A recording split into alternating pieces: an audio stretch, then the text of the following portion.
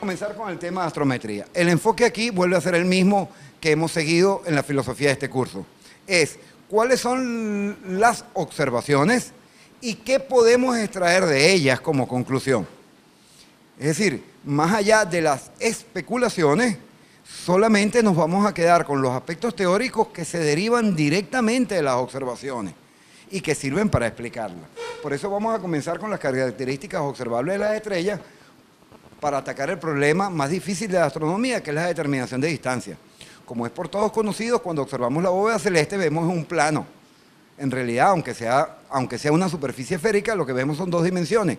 De manera que extrapolar el problema de la distancia, es decir, cuán lejos está un astro del planeta Tierra, requiere una serie de consideraciones y es el problema de la determinación de distancia en astronomía.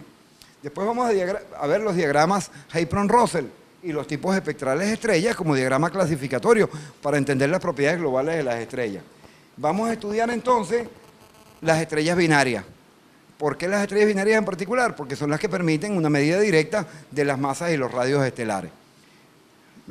Aquí mismo también cuando veamos las estrellas binarias de masa y radios vamos a darnos cuenta que algunas de sus características y las características de estrellas se pueden estudiar a través de un modelo estelar simple. Entonces vamos a introducir por vez primera un modelo estelar muy elemental que lo vamos a atacar con más detalle en la clase número 7. Y finalmente vamos a estudiar la variabilidad estelar que nos va a arrojar luz sobre las demás características de las estrellas. Bien, ¿qué es lo que observamos en las estrellas? Lo primero que observamos es un brillo o magnitud aparente. Es evidente, ¿sí?, que si nosotros observamos una bombilla de 60 vatios a una determinada distancia, y después observamos otra bombilla también de 60 vatios a una distancia más grande, la energía que emite cada bombilla de 70 vatios por unidad de tiempo, o sea, su potencia radiada es la misma. Sin embargo, como la energía que emiten es la misma y se conserva la energía, en una superficie más grande esa energía se distribuye de manera uniforme y es la cantidad de energía que llega por unidad de superficie en la esfera más grande es menor que la cantidad de energía que llega a la superficie más pequeña. Luego el ojo humano percibe a la bombilla más cercana como más luminosa que la que está más lejana. Entonces, lo primero que observamos es la magnitud o brillo de una estrella, que es una medida logarítmica de la intensidad. Por lo que acabo de decir, como la energía se distribuye sobre una superficie y la superficie de una esfera varía como 4pi por el radio al cuadrado, entonces la intensidad disminuye con el cuadrado de la distancia. Eso significa que si yo pongo un bombillo alejado 2 metros y lo observo con una cierta luminosidad o intensidad de brillo, cuando yo me voy a 4 metros, no lo veo 4 veces menos brillante, sino que lo veo 16 veces menos brillante, porque va como el inverso del cuadrado. El primero que se da cuenta es Hiparco. Entonces Hiparco se da cuenta que las estrellas las puede llamar a las más brillantes, las llamó de primera magnitud, por decir un número adimensional, y las menos brillantes que podía distinguir con el ojo, él decía que era 100 veces menos brillante y la llamó de sexta magnitud. Históricamente esto se ha conservado así. Hoy en día, por ejemplo, Alfa de Lira se nos antoja que tiene un brillo de 0, pero Sirio, que es más brillante que Vega, en eso sí se equivoca un poco Hiparco, ¿verdad? Hubo, como ya hemos dicho, que está en la magnitud 0, tuvimos que darle una magnitud negativa. Y el límite del ojo desnudo no era la sexta magnitud, como lo suponía Hiparco, sino que en condiciones ideales, para una persona joven, ya vimos que eso depende del diámetro de la pupila, llega a ser hasta 6,5 veces más brillante. Yo les comentaba en la primera clase, lo recordarán, que a nuestra edad, salvo los jóvenes colegas, que hay varios acá, ¿sí? Las personas que ya tenemos más de 40 años, no llegamos a ver 6,5 magnitudes a ojo desnudo, ¿no? Llevemos mucho menos, ¿sí? Va a depender del diámetro de la pupila, de qué tanto se dilate la pupila en condiciones atmosféricas ideales. De manera que a nosotros nos pasaba lo mismo que Hiparco, nosotros llegamos hasta la sexta magnitud. Un chico joven puede llegar a ver hasta magnitud 6,5. Bien, entonces Hiparco nota que la primera le dice es más brillante que la sexta. Y entonces históricamente Norman Porson en 1856 dice, bueno, yo voy a hacer una cosa, como yo voy a tomar, como tengo 5 escalas, de la primera a la sexta tengo 5 escalas. Entonces él toma la raíz quinta de 100. Y esa raíz quinta de 100, él no tenía calculadora, él aproxima 2,5. Y entonces él dice, bueno, la magnitud la voy a definir como 2,5 el logaritmo del flujo radiante. ¿El flujo qué es? El flujo es la luminosidad entre el área. El área es 4pi por la distancia al cuadrado.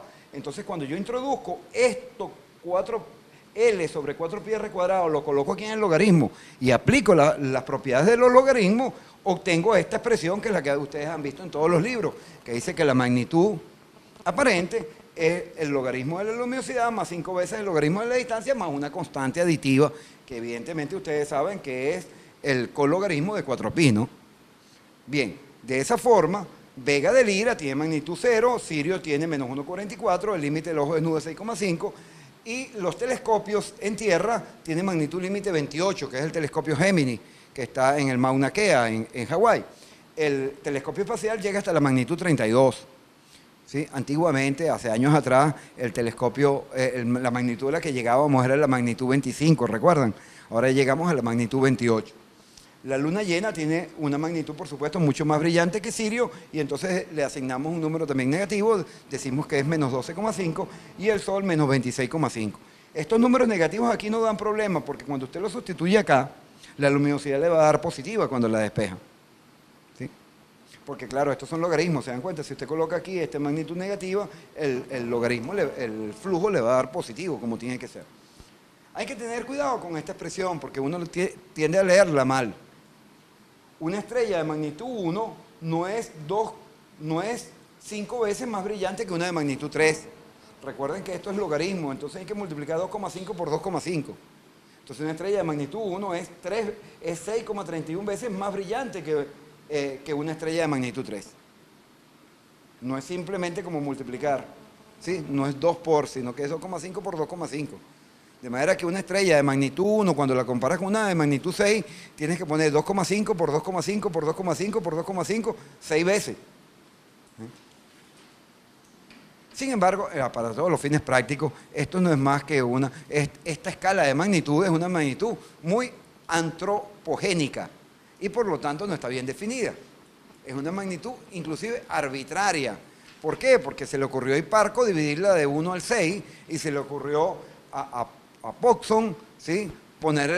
Tomarlo, dividirlo como la raíz quinta de 100. Sin embargo, se sigue usando históricamente. Bien, nos interesaría entonces tener una escala que no dependa de los humanos, una escala que no dependa de las distancias, porque como acabamos de ver en la lámina anterior, para poder definir ahí las magnitudes, va a depender de la distancia a la que se encuentra el objeto. Entonces se plantea la necesidad de una escala de magnitudes absoluta. Entonces, ¿cómo se define la magnitud absoluta? Bueno, sería la magnitud que tendría una estrella si estuviera a 10 parsecs de distancia. Y entonces tenemos el caso del Sol. Su magnitud aparente es menos 26,8, estando a 8 segundos luz. Si yo en lugar de ponerla en 8 segundos luz, pongo la distancia igual a 10 parsecs, cuando yo la coloque a a 10 parsecs, 32,6 años luz, su magnitud absoluta sería solamente 4.8. Es fácil darse cuenta que lo que hicimos fue agarrar la fórmula que teníamos antes de magnitud aparente, poner d igual 10, entendido que este 10 es en parsec, entonces el logaritmo de 10 vale 1, esto no aparece, ¿sí? Y entonces decimos, bueno, la magnitud absoluta es 2,5, el logaritmo de la luminosidad más 5 más una constante. Observa que tengo una fórmula para la magnitud aparente, tengo una fórmula para la magnitud absoluta. Si yo resto ambas, la constante, que es la misma, desaparece, este 5 que está aquí me queda aquí negativo y me dice que el módulo de distancia, que es la diferencia entre la magnitud aparente y la magnitud absoluta, es directamente proporcional a la distancia del objeto. De esa forma, si yo conozco la magnitud aparente de una estrella y conociera por otra vía su magnitud absoluta, puedo establecer inmediatamente su distancia. Dicho de otra manera, sé que el bombillo vale 60 vatios, ¿sí? Y lo veo con una magnitud aparente como si fuera uno de 30 vatios, pues debe estar al doble de distancia que el bombillo de 60 vatios que yo antes tenía enfrente a mí, ¿no? Esa es la forma en que se hace. De manera que la magnitud absoluta es la magnitud que tendría una estrella colocada a 32,6 años luz. Bueno, entonces podemos agarrar a una cantidad de estrellas en el cielo, le conocemos su magnitud aparente, ¿verdad? Por razones que no pues podemos medir de otra manera su distancia y calcular entonces su magnitud absoluta. Y entonces vemos que Sirio, por ejemplo, es una estrella que se nos antoja muy brillante en el cielo, pero su magnitud absoluta es mucho más,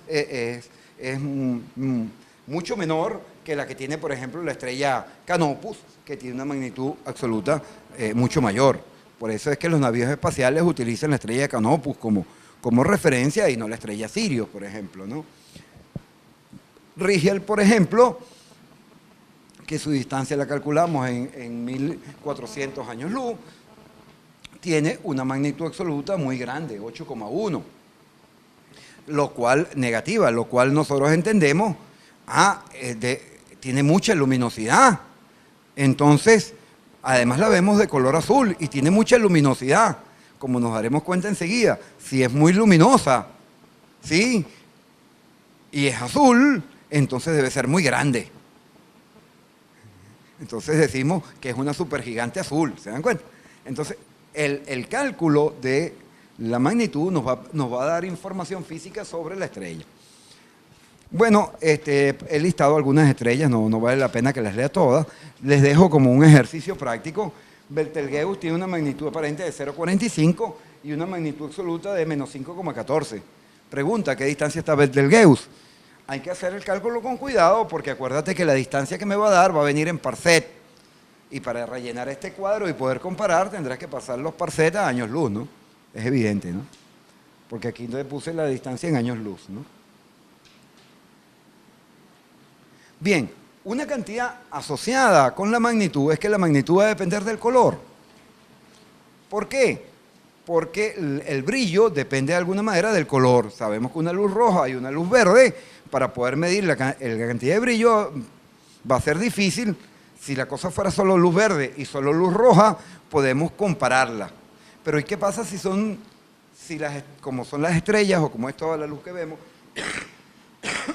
que toda luz tiene todos los colores del espectro? Entonces hay que tomar una cosa que se llama el índice de color. Y el índice de color lo que hace es que yo agarro el espectro de la estrella y defino arbitrariamente, por técnicas observacionales, unos filtros. Entonces se llama el filtro U de ultravioleta, el filtro B de azul, el infrarrojo, el rojo y el que llamamos visible. Como ustedes se dan cuenta, estos filtros, históricamente, que es con lo que se hicieron las primeras medidas, no eran filtros perfectos. Un filtro perfecto, aquí hay muchos colegas que son ingenieros y muchos colegas que son, todos los colegas astrónomos saben que los filtros tienen una banda de validez. Idealmente deberían ser como un escalón.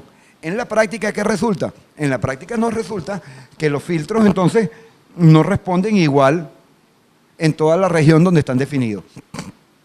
Como no responden igual en toda la región donde están definidos, entonces cada vez que uno va a calcular el índice de color, hay que tomar unos determinados filtros para poder comparar. En astronomía se usan muchos índices de color. El más generalizado es el que se llama V-V, es decir, se toma el filtro en azul y el filtro en visible. Cuando uno hace eso, entonces uno obtiene una cosa que se llama el índice de color y uno lo puede calcular para las distintas estrellas. Entonces nos damos cuenta, claro, si estás mirando, ¿verdad?, el azul y el visible, el Sol entonces tiene más visible que azul y entonces nos damos cuenta que es 0,61, pero por ejemplo Aldebarán, que es más bien rojiza, su índice de color es 1,54 y Betelgeuse, que también es rojita, es 1,87. Es evidente que si el índice de color es mayor que 0, el objeto es más rojo, y si el índice de color me da negativo, el objeto es más bien azul. Podemos hacer algún ejemplito como el que tenemos acá. ¿Para qué sirven los índices de color? Para encontrar las estrellas más frías. Las estrellas más frías, como veremos enseguida, son estrellas de carbono.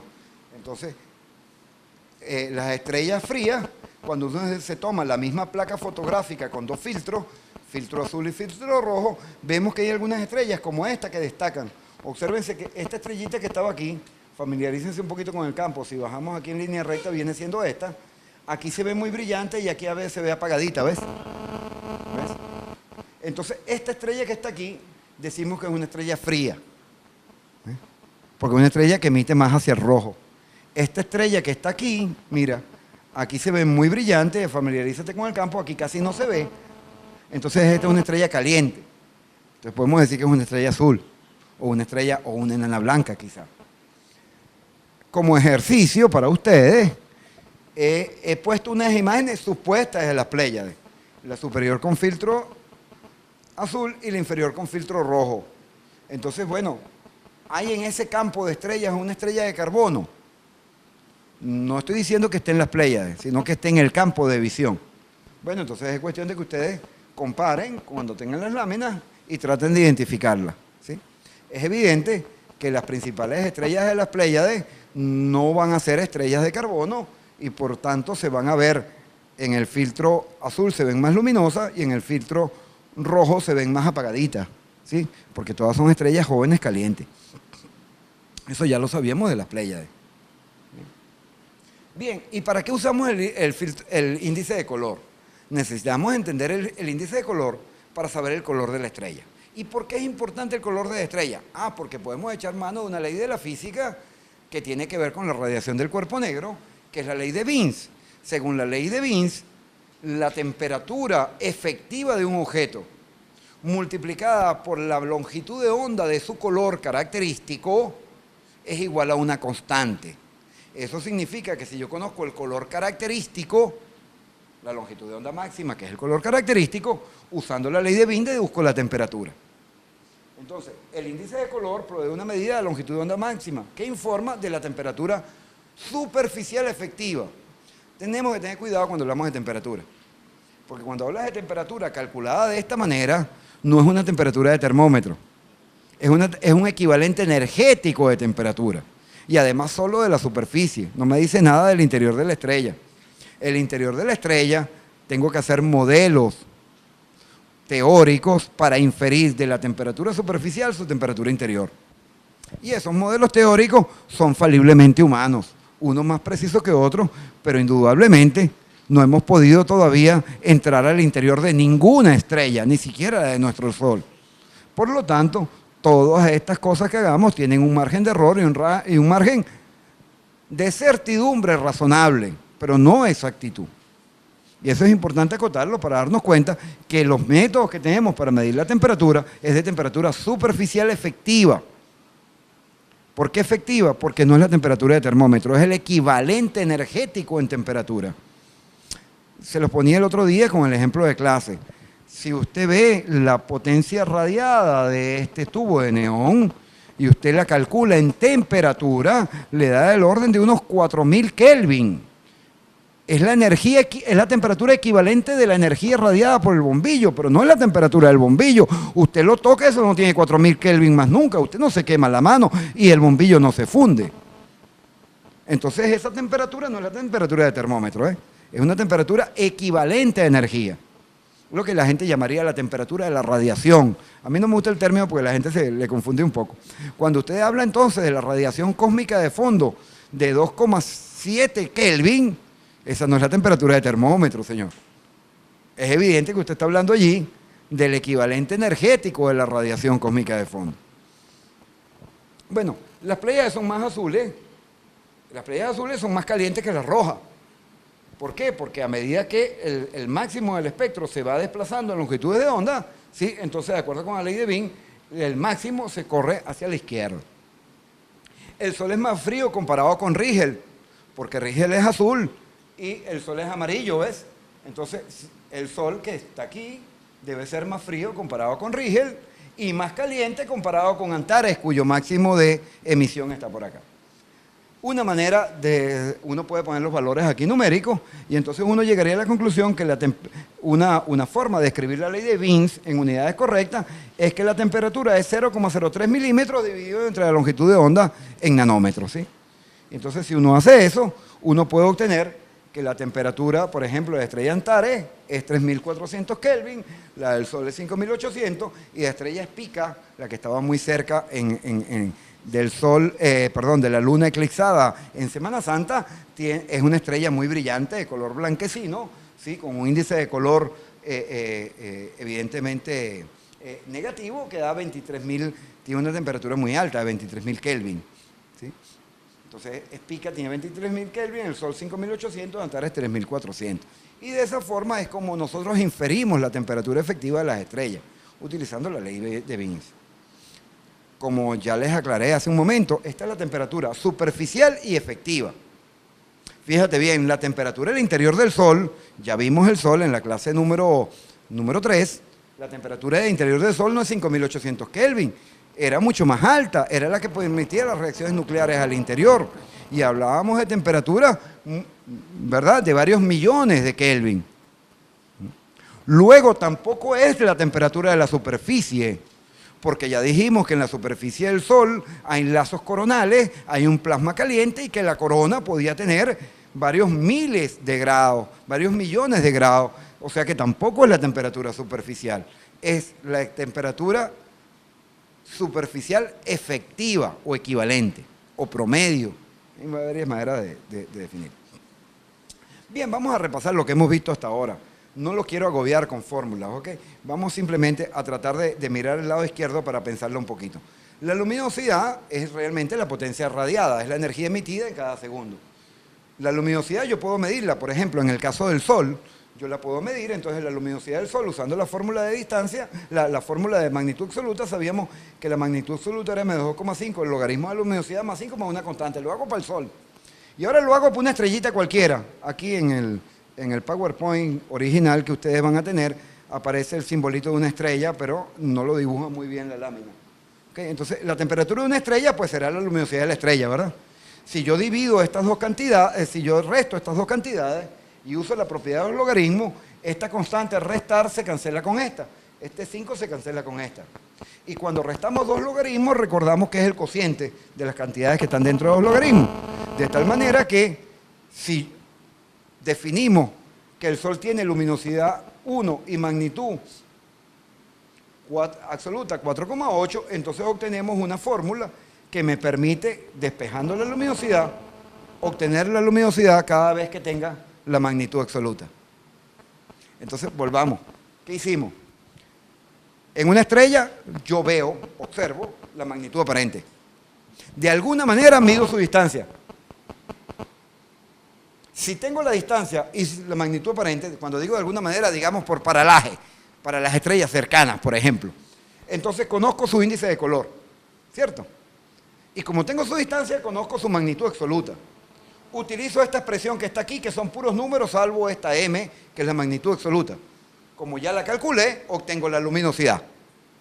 ¿De acuerdo? Entonces, observando una estrella, ya tengo su magnitud absoluta, su luminosidad y su índice de color. Miro su espectro, consigo el lambda máximo. Como ya tengo el lambda máximo y, pues, del índice de color, entonces obtengo la temperatura. Teniendo la temperatura y la luminosidad, veremos enseguida, podemos calcular el radio. Bien, por otra parte, Examino ahora las líneas del espectro. Las cuento, veo cuáles son las líneas que están presentes y cuáles no. Conozco su composición química.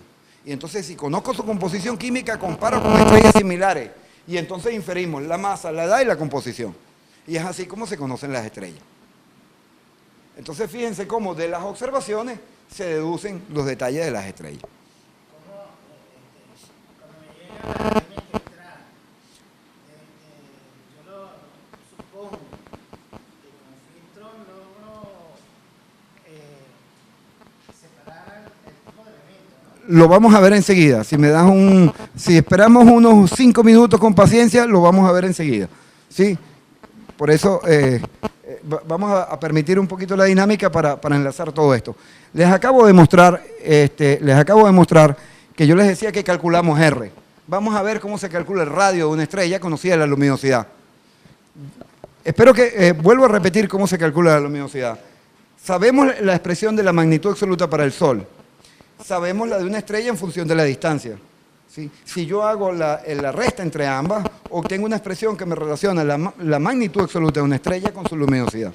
De manera que ya conozco la luminosidad. Si ya tengo la luminosidad, viene la pregunta, ¿y cómo calculo el radio?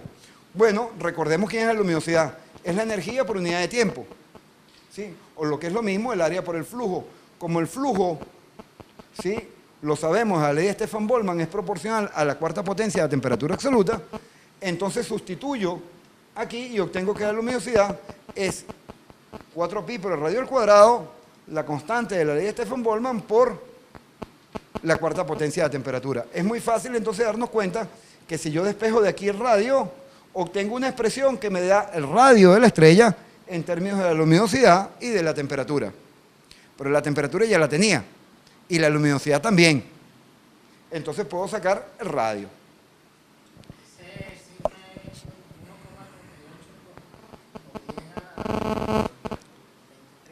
Sí, ese es el sigma de la ley de Stefan-Boltzmann, que es una constante como constante universal.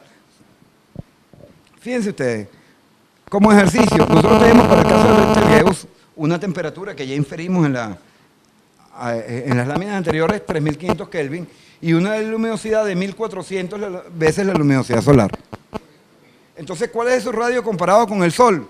Bueno, yo sustituyo valores y obtengo radio comparado con el Sol. Pero les pido algo más.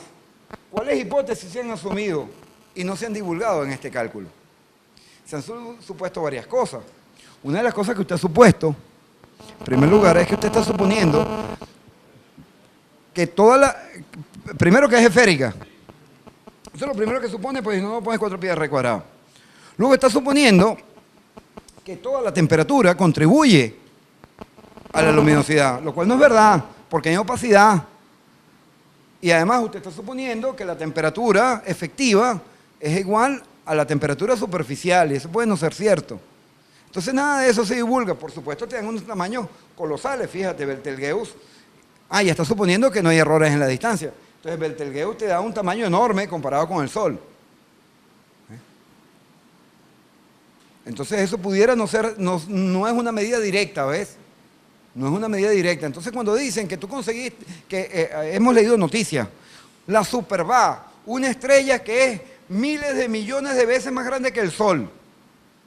Y entonces cuando usted ve las noticias y trata de leer los astrónomos que hicieron el cálculo, dicen, pero hay una imprecisión del 30% en la distancia. Bueno, pero entonces usted tiene una imprecisión enorme en la luminosidad. Y luego si usted propaga errores, resulta que su cálculo para radio tiene una imprecisión de casi el 50%. Entonces no es verdad que usted descubrió la estrella más grande de la galaxia. Entonces, en eso es que por eso es que tenemos que entender cuáles son los detalles de cómo se calcula todo esto. Volvamos entonces con el mismo esquema. Ahora, ¿cómo calculamos la distancia? Dijimos, bueno, de nuevo, calculamos el radio y tengo las líneas de espectro, inferimos la masa, edad y composición, entonces observamos que para el caso de la constelación de Orión, ¿verdad? Cuando vemos las distancias a las que están, nos damos cuenta que la constelación de Orión o el asterismo que llamamos de constelación de Orión, en realidad no necesariamente están unidas físicamente, sino que son estrellas que están colocadas a distintas distancias. Entonces se nos antojan que se nos aparecen juntas en el cielo, pero por una proyección. ¿Sí? Por ejemplo, se ha hecho lo mismo con la Cruz del Sur. ¿sí? Y entonces se dan las distancias aproximadas a curva de Sur. Con el caso de las Pléyades, que es el fondo de nuestras diapositivas, se ha hecho exactamente lo mismo. Entonces el satélite Hiparco se puso a medir con mucho detalle la posición de las Pléyades, utilizando el método del paralaje. Claro, como es un satélite puesto fuera de la Tierra, la aberración de la luz era muy pequeña y podía hacer medidas angulares muy precisas, muy finas. Eso permitió medir por primera vez el paralaje de objetos tan lejanos como las Pléyades. Bueno, para sorpresa de los astrónomos, las Pléyades resultaron estar un 10% más cerca de lo que se creía. Resulta que las Pléyades no estaban tan lejos. Había un 10% de error cuando se estimaban de la otra manera. Viene la pregunta, bueno, ¿y qué pasará si hacemos las medidas finas con objetos que suponemos cada vez más distantes? Es posible que los errores de las distancias sean más gruesos. Los errores para la mayoría de las estrellas, más allá de los objetos de las estrellas cercanas al Sol, ¿sí? De lo que se llama el grupo local de estrellas, llegan a ser del orden del 30%. Y a escalas cósmicas los errores pueden ser tan grandes como 50%. ¿Cuáles son los métodos para medir distancia? Bueno, los métodos directos es el paralaje trigonométrico, la velocidad radial, el movimiento propio, que lo vamos a explicar enseguida, el método de los cúmulos móviles, que lo vamos a explicar en la clase número 5, y luego una serie de métodos indirectos que son lo que llamamos las candelas estándar, que es el ajuste al diagrama de Heilbronn-Russell, las variables de radialidad y las variables cefeidas, que es un método de candelas estándar, y las candelas extragalácticas, que es un método derivado del anterior, que se basa en dos relaciones que son discutibles, que son las relaciones de luminosidad para galaxias, la Tulip-Fisher y la Fowler-Jackson, las fluctuaciones del brillo superficial, las funciones de luminosidad, las supernovas nubes tipo 1A y la ley de Hubble. Por supuesto, todas estas son medidas indirectas. Este gráfico, que me permití ponerlo aquí, es muy ilustrativo, porque ilustra típicamente cuáles son dónde se aplican los distintos métodos. Cuando vas al método de paralaje, tú solamente puedes llegar hasta distancia de 100 parsecs, y eso usando el satélite Hiparco. Las medidas que van más allá de 100 parsecs, todas tienen un error muy grande. Y el error, como ustedes ven en esta escala, va aumentando a medida que va subiendo en la escala. Por ejemplo, el método de movimientos propios apenas te llega a unos 300 o 700 parsecs. Cuando vas usando candelas estándar, ajustando secuencia principal, apenas si puedes llegar a 10 a la 2 o 10 a la 3 parsecs. Cuando ya tú quieres ir a distancia de los megaparsecs, es decir, a distancias galácticas, la diferencia que hay con galaxias vecinas, entonces hay que usar los métodos de las estrellas cefeidas, que proveen una fuente confiable hasta aproximadamente los kiloparsecs y algunos pocos megaparsecs. Cuando ya te alejas de los megaparsecs, cuando quieres ver la distancia que hay entre nuestro cúmulo local de galaxias y otras galaxias, entonces los errores son muy grandes. Hay que echar mano de métodos de dudosa certidumbre, como el Tulip-Fisher, la supernova número 1A, que ya veremos por qué son algo discutible, y otros efectos como las lentes gravitacionales, el efecto Sunyaev-Seldovich y el corrimiento rojo cosmológico, que es el que funciona para distancias más grandes que los megaparsecs. Entonces el problema de las distancias en astronomía es un problema bien complejo. No tenemos certeza de las distancias en astronomía, no tenemos certeza más allá de los kiloparsecs. A distancias mayores de kiloparsecs, los errores ya llegan entre el 10 y el 30%. Y a distancia ya de decenas de megaparsecs, los errores pueden ser tan grandes como un 50% de error en la distancia. Vamos a ver entonces, bueno, el método del paralaje, por ejemplo, el catálogo TICOS del año 2000, hecho con el satélite Hiparco, que se lanzó en el 89, estuvo funcionando hasta el año 93, y el catálogo llegó a salir en el año 2000, cuenta con 2,5 millones de estrellas, con estrellas hasta magnitud 11. Las hemos catalogado todas y conocemos bastante bien su distancia, ¿sí? ¿Ese método en qué se basa? Bueno, que cuando observamos la estrella, en una posición A, la vemos en una cierta posición, y cuando la Tierra está después digamos, en el punto opuesto de su órbita, la estrella que estamos observando, esta misma estrella observada desde B, la vemos desplazada, midiendo este desplazamiento aparente, ¿verdad? Es decir, vista la estrella aquí, vista 6 veces más tarde, cuando la ves aquí, fíjate que la ves en esta posición. La Tierra da la vuelta alrededor del Sol, ahora veo la estrella desplazada en otra posición. Lo mismo que nos pasa, así es como medimos distancia.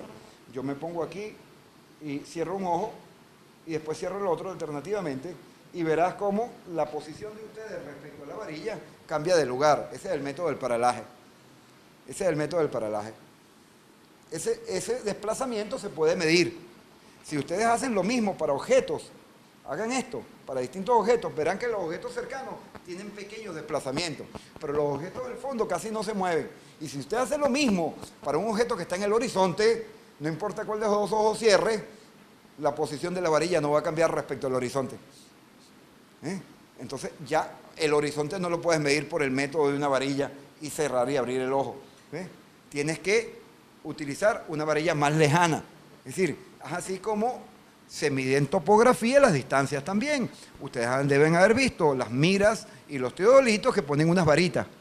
Entonces eso lo usan, miden una varita de distintos ángulos y de esa manera permiten medir las distancias. Hoy en día se hacen con telémetros láser, evidentemente, ¿no?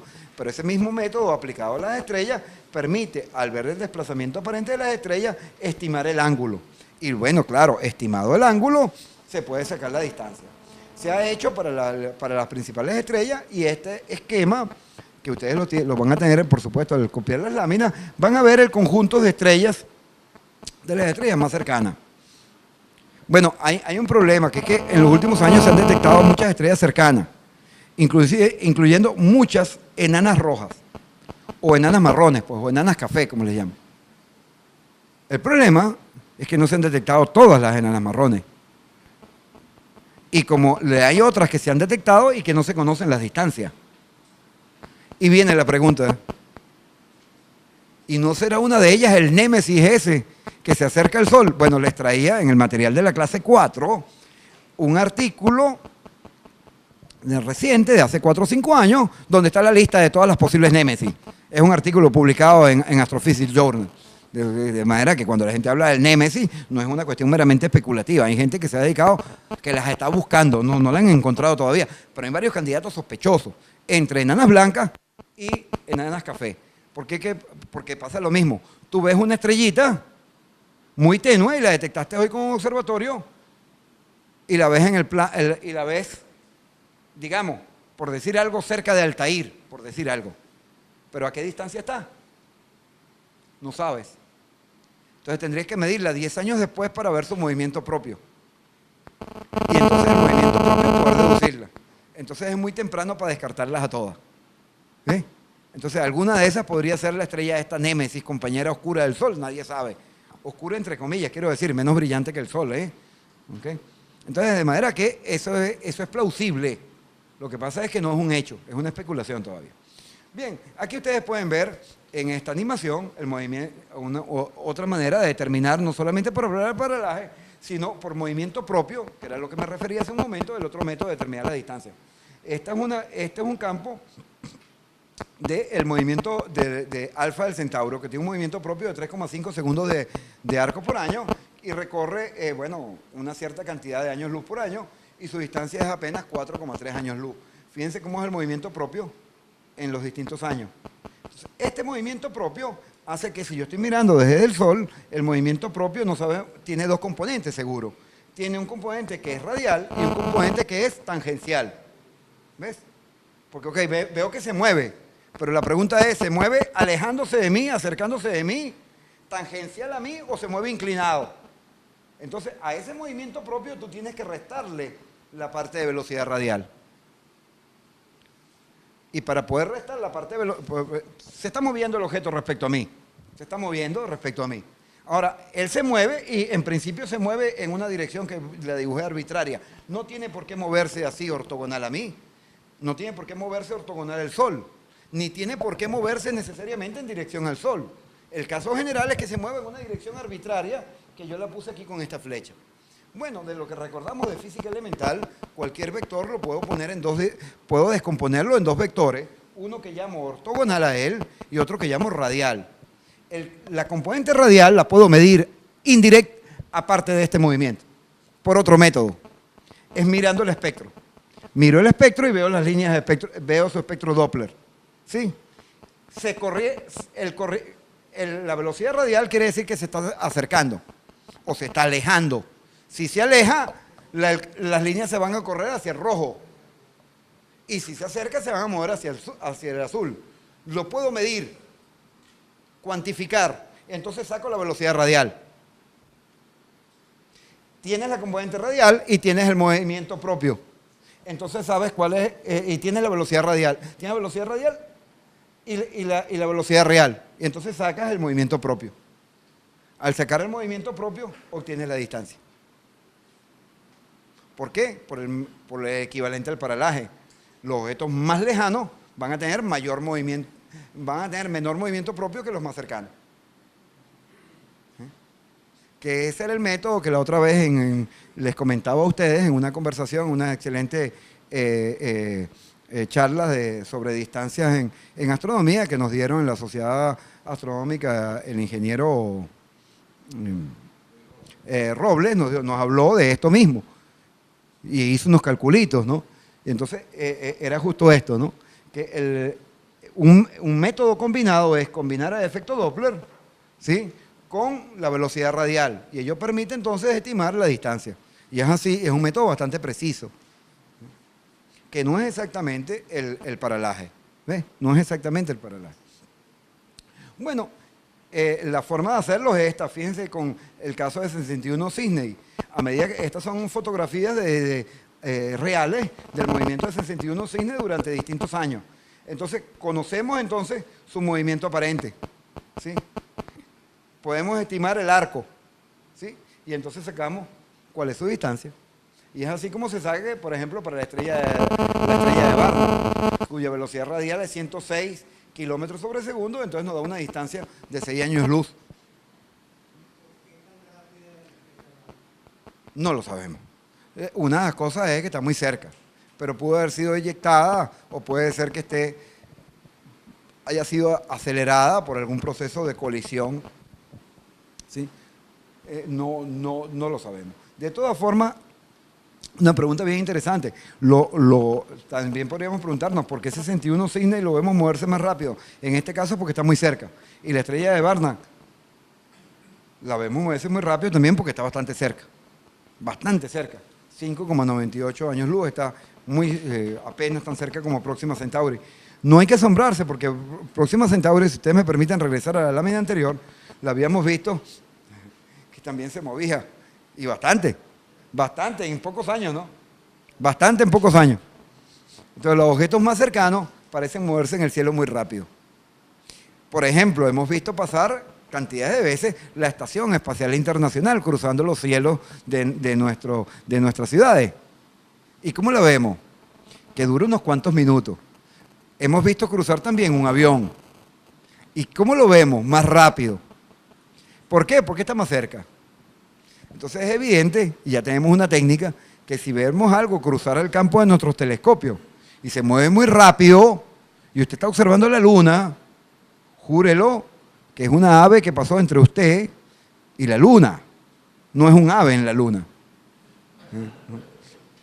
Claro, porque por un problema de velocidad radial. A no ser que sea para objetos naturales, ¿eh? Para objetos naturales. Es evidente, ¿no? Bien. El otro método es el de la bujía estándar. Se basan en lo que ya hemos comentado antes. Como la intensidad, el flujo disminuye con el cuadrado de la distancia, a medida que una fuente emite y la distancia va creciendo, entonces el área se va aumentando por el cuadrado. Entonces, claro, la cantidad de luz que atraviesa el ángulo sólido, fíjense, en este caso es 4 veces el anterior y en este caso es 9 veces el anterior. Entonces va aumentando la superficie, entonces la intensidad disminuye en razón inversa de esa proporción. Lo ilustramos aquí con esta vela. Si usted va alejando la vela, entonces la luminosidad se ve mucho menor en una cantidad que no es lineal, sino que es cuadrática. Retomemos lo que ya conocíamos antes. Conocía la magnitud aparente y la magnitud absoluta, entonces podemos calcular la distancia. Conocida la magnitud aparente, podemos sacar de aquí la distancia. Esto supone que tú tienes que saber cuál es la magnitud absoluta. Dicho de otra manera, usted tiene que saber que el bombillo que usted tiene es de 60 vatios. Si usted sabe que el bombillo es de 60 vatios y usted lo ve como si fuera uno de 20 vatios, usted puede saber la distancia. Pero usted tiene que saber que el bombillo es de 60 vatios. ¿Y cómo sé que es de 60 vatios? Ah, bueno, porque ya lo conozco y le conozco su forma, por ejemplo. O porque ya conozco las líneas del espectro. Entonces, de esa forma, o ya conozco cómo varía la luminosidad en función de las distintas longitudes de onda. Bueno, entonces estos son los distintos métodos. Fíjense ustedes, por ejemplo, para distancia de 10 a menos 4 años luz, el método que se usa es una medida directa que es el radar. Eso nos permite dar con mucha seguridad la distancia nuestra a Venus, por ejemplo. Ya para 100 años luz, el método que funciona es el del paralaje. Pero cuando usted pasa de 100 años luz y ya quiere ir a 10 a las 5 años luz, o sea, 10.000 años luz o 100.000 años luz, ya no funciona el método de paralaje y tiene que usar el de las bujías estándar con la secuencia principal. Para las galaxias cercanas, 10 a las 7 años luz, sigue usando las bujías estándar, pero ya no te sirven las estrellas de secuencia principal, porque simplemente no las puedes discernir en las galaxias cercanas. Entonces se utilizan otras bujías estándar que son las cefeidas, cuya variación de brillo sí la puedo detectar a esa distancia, y entonces detectando esas sutiles variaciones, sabiendo que son cefeidas, o suponiendo que son cefeidas, mejor dicho, entonces deduzco una distancia. Para los cúmulos de galaxias, entonces ya no valen esas bujías estándar, porque los cúmulos de galaxias están tan lejanos que ya no puedo ver las sutiles variaciones de brillo de las estrellas cefeidas, porque si acaso veo cada esa galaxia como si fuera un puntico luminoso y no puedo distinguir estrellas individuales en ella. Entonces hay que inventarse, esperar que explote una supernova, suponer que es una supernova de tal o cual tipo y usar la supernova como bujía estándar. O utilizar unas relaciones empíricas de luminosidad que se llaman relaciones de Faber-Jackson y las relaciones de Tulip-Fisher para galaxias espirales elípticas. Y si la distancia es mucho mayor que 10 a 10 años luz, supongo la ley de Hubble para calcular la distancia. Es evidente que este es más o menos el esquema de distancias en el universo. Y entonces ahora sí vamos con los espectros atómicos, ¿sí? Entonces creo que es el momento de hacer una pausa muy breve. Bueno, entonces voy a seguir con una parte. No voy a entrar a los detalles de espectros atómicos, sino que esto es una parte, por eso tiene otro color, ¿se dan cuenta? Fíjense que tiene un color de lámina diferente, es una parte. Un poco para fijarnos todos, no tenemos por qué saber estos detalles de física, ¿sí? Una lámpara incandescente tiene un espectro continuo. ¿Sí? Este es en colores y esto es una curvita que uno saca si comienza a poner un detector y a medir intensidad. Entonces sale esta curvita. ¿Sí? Cuando se trata de... Esto es una lámpara que tiene varios componentes químicos. Pero si yo agarro una lámpara que emite solamente hidrógeno, el espectro que voy a ver es justamente estos colores que están aquí. Este espectro se nos luce discreto y con colores. Fíjate que el del helio es distinto, el de neón, que es otro elemento químico, es distinto, el criptón tiene otras líneas de emisión distintas, el sodio tiene un doblete por allá, ¿sí? El oxígeno tiene otras líneas distintas y el vapor de agua se nos antoja completamente distinto. Esto que ustedes están viendo aquí es la lámpara como la ven nuestros ojos. Y esto es como se ve a través de un prisma. Esto es lo que tú ves a través de nuestros ojos. Y esto es lo que tú ves a través de un prisma. O sea, de un espectroscopio. De tal manera que, conocido el espectro, puedo deducir inmediatamente la composición química, que era tu preocupación. Se puede hacer, digamos, de manera cualitativa en colores, o modernamente se hace, ¿sí? Graficando, simplemente poniendo un detector que va midiendo las intensidades y entonces dan estas curvitas espectrales que están aquí. ¿Ves? La altura del pico te da la abundancia. Mientras más abundante sea, te da la abundancia de la línea, la intensidad de la línea. Por ejemplo, una cosa que tenga hidrógeno y helio, pero tiene muchísimo más hidrógeno que helio, estos picos van a aparecer más altos que estos. ¿Sí? Si la abundancia de hidrógeno y helio fuera la misma, van a aparecer estos picos mezclados, pero en igual cantidad, con la misma altura. ¿Sí? Si la cosa tiene hidrógeno y un poquitico de sodio, te aparecen estas líneas gigantescas del hidrógeno, ¿sí?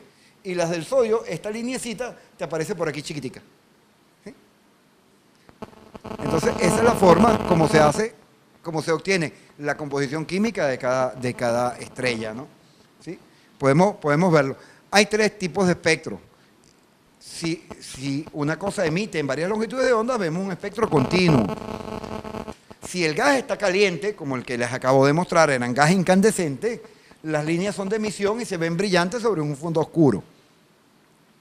Por el contrario, si es un gas frío y hay algo que lo calienta adelante, entonces las líneas aparecen en el mismo sitio que la del gas caliente, pero ahora aparecen oscuras sobre un fondo brillante, porque simplemente absorbió. ¿Sí? Entonces tú puedes ver las líneas de emisión o las líneas de absorción. Entonces miramos una estrella, Espica, Regulus, Vega, Denea, Arturo y Antares. Distintas estrellas. ¿Y qué vemos? Que aparecen unos espectros que tienen líneas de absorción. Entonces quiere decir que el interior era caliente, la superficie era más fría. Aquí había un gas en lo que se llama la atmósfera de la estrella que absorbió la luz del reactor nuclear que estaba dentro. Y ya podemos saber inmediatamente por la posición de las líneas qué gases habían aquí. Y por eso se saben las componentes de la atmósfera de la estrella. Sin embargo, hay algunas líneas brillantes, unas pocas líneas brillantes. Lo que pasa es que casi no teníamos a verlas. Si usted se fija con cuidado, hay como unos pedacitos aquí de azul que son muy brillantes. Esas son líneas de emisión del centro. Las líneas del hidrógeno y del helio aparecen como brillantes sobre este fondo. Claro, en este tipo de espectro, que era el que se usaba antes, que era así de colorcito, uno no logra distinguirlo, pero cuando lo hace con rayitas, sí. Porque claro, las curvas de emisión te aparecen hacia arriba y las de absorción te aparecen hacia abajo. Y entonces tú puedes saber, midiendo cada línea y comparando con los elementos químicos de la Tierra, puedes estudiar la atmósfera de la estrella y de alguna manera obtener información de las líneas de emisión del centro. Y esa es la forma como se sabe. ¿Sí? Bien, para los distintos materiales uno puede ver las temperaturas y cómo son las curvas. Entonces uno se da cuenta que la curva de espectro de emisión que habíamos visto, ¿verdad? Si la temperatura es muy alta, la curva aparece sobre el azul. Si la temperatura es más fría, entonces la curva aparece sobre el rojo. Aquí se han puesto todas las curvas de todos los elementos. Entonces nos vemos que el helio ionizado aparece por aquí, el helio neutro por aquí, el hidrógeno aparece hacia el verde, los metales ya comienzan hacia el amarillo, que son 5500 nanómetros, los metales neutros aparecen después de los 5200 Kelvin y después tenemos las moléculas como óxido de titanio y demás que aparecen más lejos. Entonces podemos clasificar los espectros viendo estas temperaturas efectivas y cuáles son los elementos que aparecen. Y se ponen unas escalas arbitrarias que llamamos O, B, A, F, G, etcétera, que es lo que se conoce como la clasificación espectral. Entonces, una forma de recordar esas letras, que son letras que vienen de sus nombres en alemán, es con esta regla mnemotécnica. O, B, A, F, G, K y M. Otros buenos astrónomos fueron Galileo, Kepler y Messier. Y de esa manera te acuerdas, es una regla mnemotécnica para que te acuerdes en español cuáles son las clasificaciones espectrales. Podemos hacerla en función de la temperatura. Por ejemplo, las estrellas tipo O tienen mayormente líneas de absorción de hidrógeno una vez ionizado y tienen temperaturas equivalentes a 35.000 Kelvin. Las estrellas tipo B llegan hasta 20.000 Kelvin y ya muestra algunas líneas como la del carbono y la del helio una vez ionizado. ¿Sí? Las líneas de hierro y de calcio ya aparecen en las estrellas tipo A de 10.000 Kelvin y en las estrellas como el Sol, que es una estrella tipo G del orden de 5.800, ¿verdad? 6.000 Kelvin en orden de magnitud, ya se ven las líneas del oxígeno, se ven una cantidad de líneas del hierro, las líneas del calcio, ¿sí? Y vemos que el espectro es bastante diferente de una estrella tipo O. Análogamente, ya las líneas del óxido de titanio aparecen ya en las estrellas de tipo M y en las estrellas de tipo K y M, que son bastante más frías, de 4000 y 3000 Kelvin. Este es el espectro como se verían las líneas de absorción y este sería el dibujo de los espectros, digamos, ya hecho en forma cuantitativa por un detector que muestra las líneas y los picos. Vean ustedes, estos son picos de emisión, como ustedes lo ven, mientras que estos picos acá son picos de absorción. ¿De acuerdo? Entonces, conociendo la longitud de onda donde aparecen y comparando con los experimentos en tierra, ¿sí? Mirando los espectros, es que se puede identificar las líneas. Claro, como han pasado muchos años, alrededor de 150, 200 años, desde que empezaron a catalogarse las estrellas, como ustedes saben históricamente, por una cantidad de astrónomos de los años 40 y de finales del siglo XIX, ya se tiene un acopio de todos estos datos con bastante detalle y se tiene catalogado casi todas las líneas del espectro, casi todas. Hay algunas que no aparecen. Por ejemplo, en los cuasares lejanos, en las galaxias remotas, a veces se observan unas líneas que la gente no sabe de dónde salen y hay gente que se gana la vida investigando, tratando de deducir a qué elementos químicos corresponden. ¿Sí? Sobre todo en los espectros de los cuasares, donde aparece lo que se llama la famosa selva Lyman alfa, porque aparece un espectro sumamente complicado en la región donde está la serie Lyman del hidrógeno, ¿no? Entonces aparecen muchas líneas allí que no se han identificado. Y entonces es todo un problema suponer que fue que se desplazaron por corrimiento Doppler o se desdoblaron por campos magnéticos. Entonces es todo un problema teorizarla. Bien, vamos a continuar entonces. Podemos hacer la clasificación espectral. Ha sufrido modificaciones en los últimos años para incorporar tipos espectrales que no estaban en estos primeros 7 arbitrarios, por decirlo de alguna manera, o convencionales, tipos espectrales. Por ejemplo, aquí están los rangos de temperatura efectivos de las estrellas para distintos tipos espectrales y típicamente, una forma de hablar, cuáles son las líneas más importantes que aparecen. Vemos que en las estrellas muy rojas aparecen moléculas ya de tipo óxido de titanio, en las de tipo K aparecen metales neutros, en las de tipo F y G aparecen metales ionizados y neutros, y en las estrellas más calientes tipo O, B y A aparece el hidrógeno y el helio con distintas fortalezas en sus líneas, pero es un esquema descriptivo. ¿Qué ocurre? Que se han descubierto otras estrellas que producen reacciones nucleares en su interior, pero que emiten muy poco en el visible. Emiten tan poco en el visible que cuando se toman fotos con telescopios no se observan. Sin embargo, las nuevas técnicas de infrarrojo, que tienen alrededor ya de más de 30 años, han mostrado estas estrellas en el infrarrojo. Entonces, estas estrellas que emiten fuertemente en el infrarrojo y que emiten un poco también en el visible se conocen como estrellas enanas café. Entonces son estrellas mucho más frías que tienen temperatura entre 1300 y 2300 Kelvin. Entonces están las estrellas de carbono que tienen metales neutros de carbono, las que tienen óxido de circonio y trio y bario, que se conocen como estrellas tipo C y tipo S. Si ustedes se fijan, los rangos de temperatura son los mismos y la composición química es muy diferente. Eso se debe a un tipo de opacidad en la atmósfera de la estrella y hay modelos para medir la opacidad de la estrella. Son modelos teóricos muy sofisticados que hablan de la absorbancia de la estrella a la absorción, a la temperatura a través de distintas capacidades caloríficas. Y por ese tipo de opacidad, la más usual, la que se usa para la secuencia principal, se dice la opacidad de Kramer, que es una regla de opacidad que permite de alguna manera cuantificar la pérdida de energía que va desde el centro de la estrella hasta la superficie cuando atraviesa la atmósfera. Otras estrellas que tienen temperaturas un poco más bajas son las llamadas estrellas enanas marrones, que tienen una línea de potasio muy fuerte y se les conoce como estrellas de tipo L.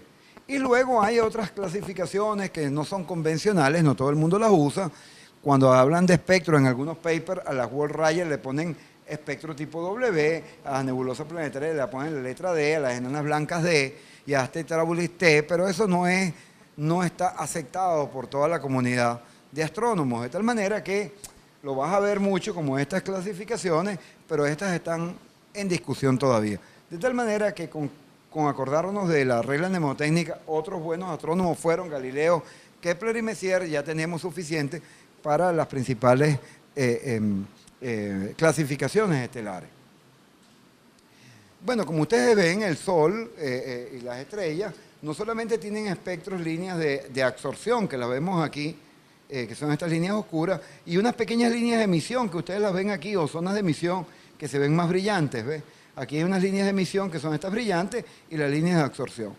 Pero eso va a depender ahora también del tipo de luminosidad que tenga la estrella. Entonces, hay tipos y subtipos espectrales. El Sol, por ejemplo, es una estrella tipo G y subtipo espectral 2, y este 2 va son dos distintos tipos de espectros. La gente pone subdivisiones desde O, B, F, G, K, M, y cada una de ellas la pone de 0 a 9. Entonces la subdivisión del Sol es tipo 2. Y la letra 5 significa que es quinto tipo de luminosidad, ya vamos a ver qué es eso. Hay otras que son tipo luminosidad tipo 1, como Betelgeuse y Rigel, pero ustedes verán que Betelgeuse, que es una estrella gigante roja, y Rigel, que es una gigante azul, tienen líneas de absorción muy diferentes y espectros muy diferentes. Fueron colocados allí para comparación. Aquí tienen algunas estrellas que son bien conocidas por nosotros: Régulo, Vega, Deneb, Arturo, Antares. Y vemos pues, por ejemplo, Antares, que es una gigante roja. Fíjate cómo aparecen unas líneas de absorción aquí en el rojo de óxido de titanio que no las vemos en las demás estrellas, ¿no? Spica, por ejemplo, vemos que tiene las líneas de absorción en hidrógeno son muy débiles comparadas con las de Vega, lo cual me dice que Spica debe tener una mayor temperatura y por lo tanto menor absorción dentro de su atmósfera.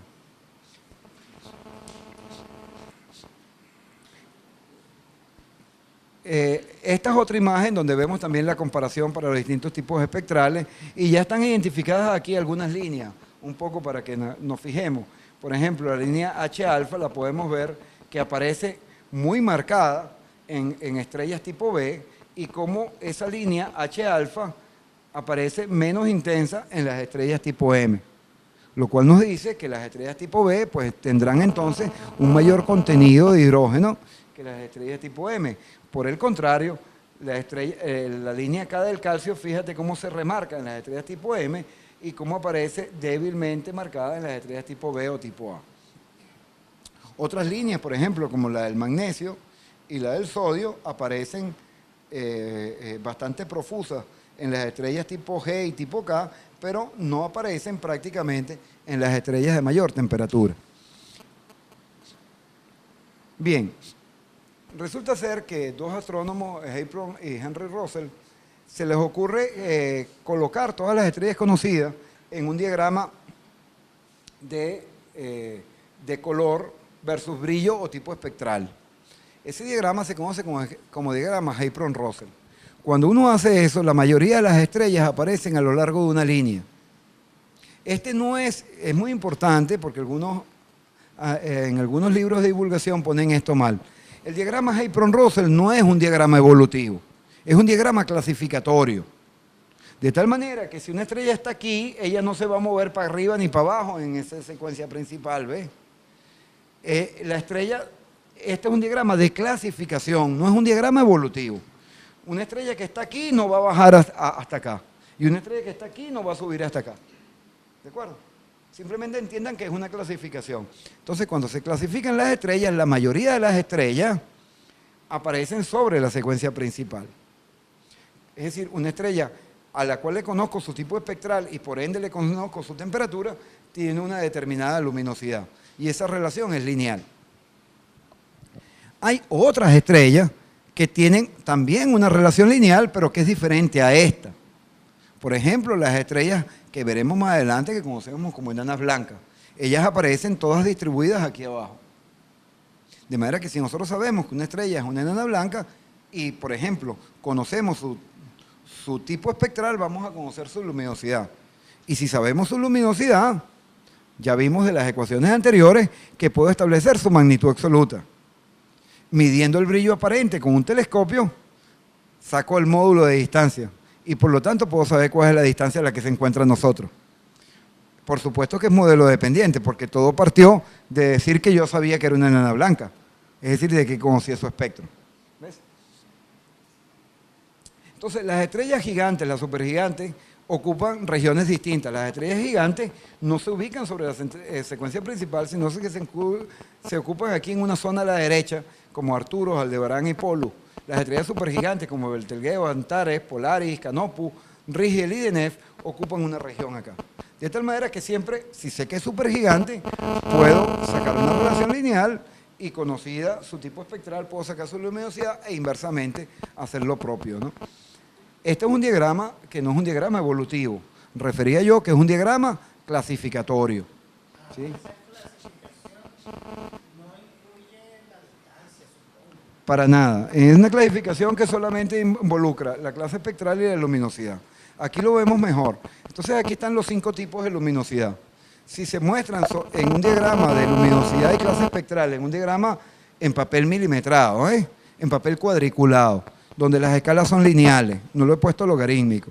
Si lo haces así, te aparece lo que antes era una línea recta, se te aparece ahora como una línea curva. Entonces, esta línea curva corresponde a la luminosidad tipo 5, que es secuencia principal. La luminosidad tipo 1 y tipo 2 corresponde a supergigante, la tipo 3 y tipo 4 corresponde a gigante.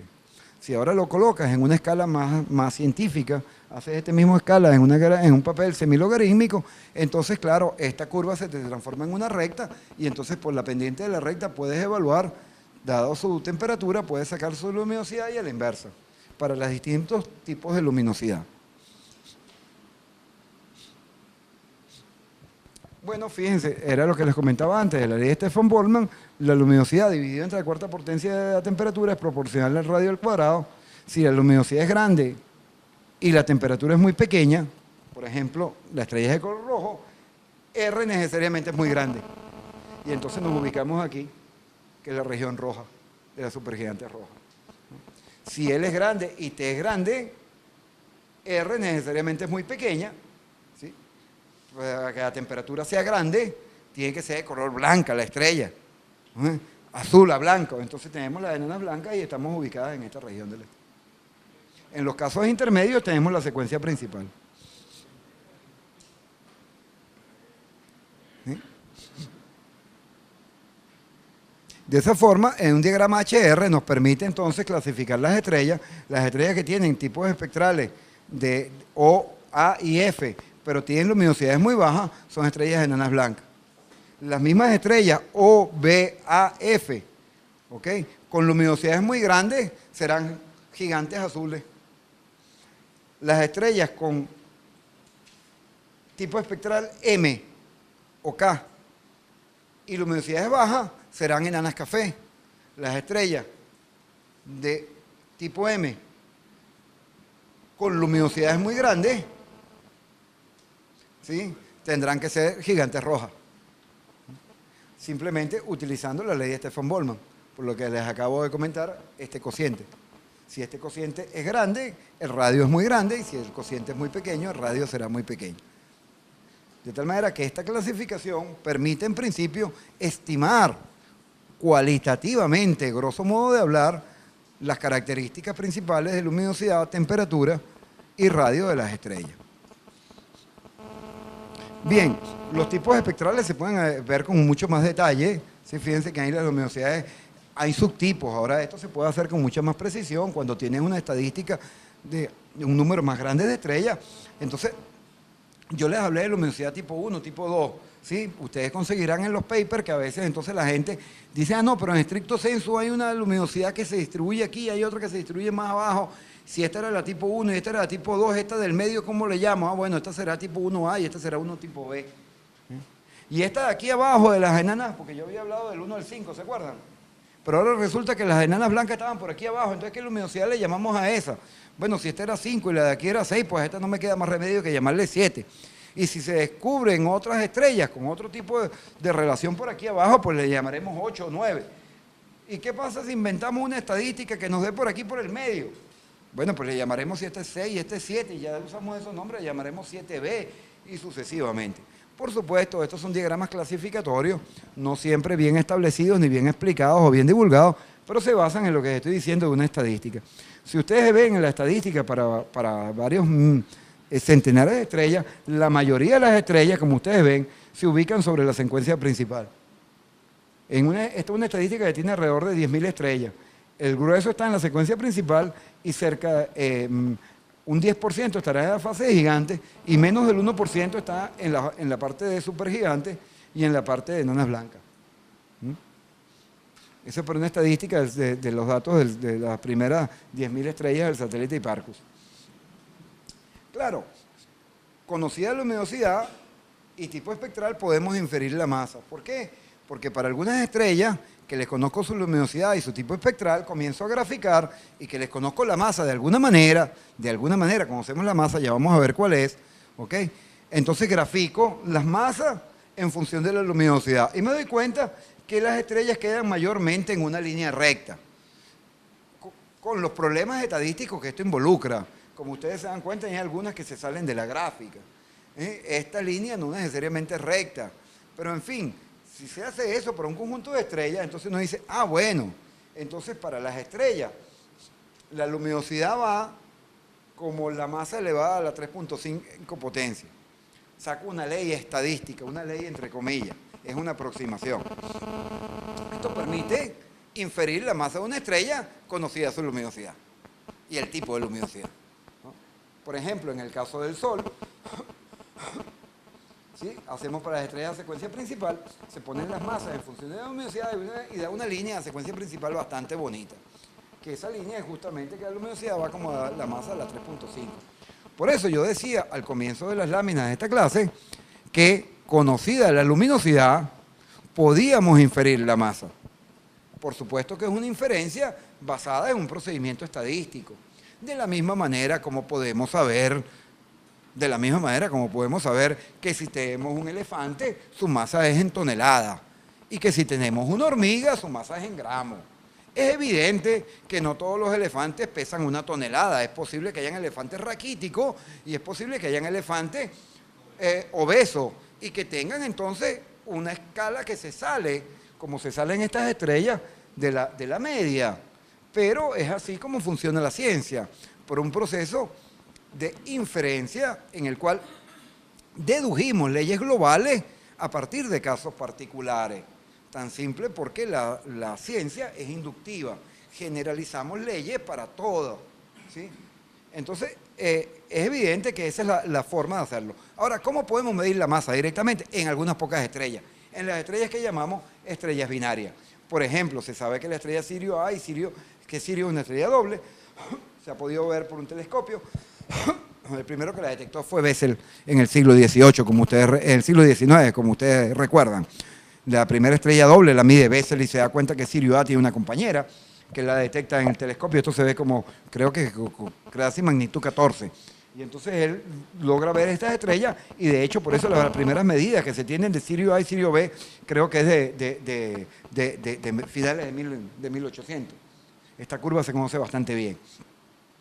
Bueno, se sabe a partir del movimiento, al saber la órbita a través del centro de masa, se sabe que Sirio A tiene 2 veces la masa de la Tierra y que Sirio B es 0,98 la masa terrestre. Estos son con los datos más modernos del telescopio espacial 2005. ¿Sí? ¿Cómo se calcula para el caso de un par de estrellas binarias? Bueno, se observa cómo ellas van variando en función del tiempo y entonces para el sistema binario de Castor, por ejemplo, ¿sí? Se ubica una de las estrellas aquí, la otra se va viendo su posición, se mide con mucho detalle el ángulo de posición y la posición aparente en el cielo. Si sabemos también la distancia, echamos mano de un poquito de matemática y se deduce la masa de ambos cuerpos.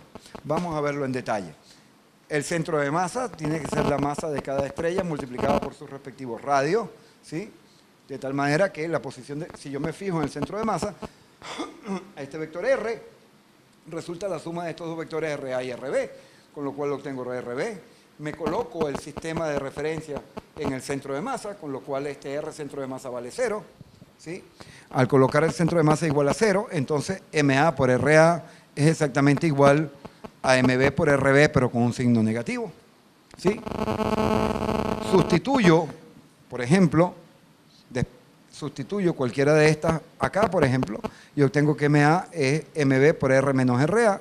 Sustituyo y obtenemos es una relación de cómo queda RA y RB, es decir, cuánto es este vector y cuánto es este vector, en términos del vector R y en términos de la masa total del sistema, que es MA más MB, la masa de ambas, con un poquito de álgebra. La fuerza de gravedad es la fuerza de gravedad tiene que ser igualada, esta es la fuerza de gravedad, el producto de las masas inversamente proporcional al cuadrado de la distancia, es igual a la masa de un objeto por la aceleración centrípeta.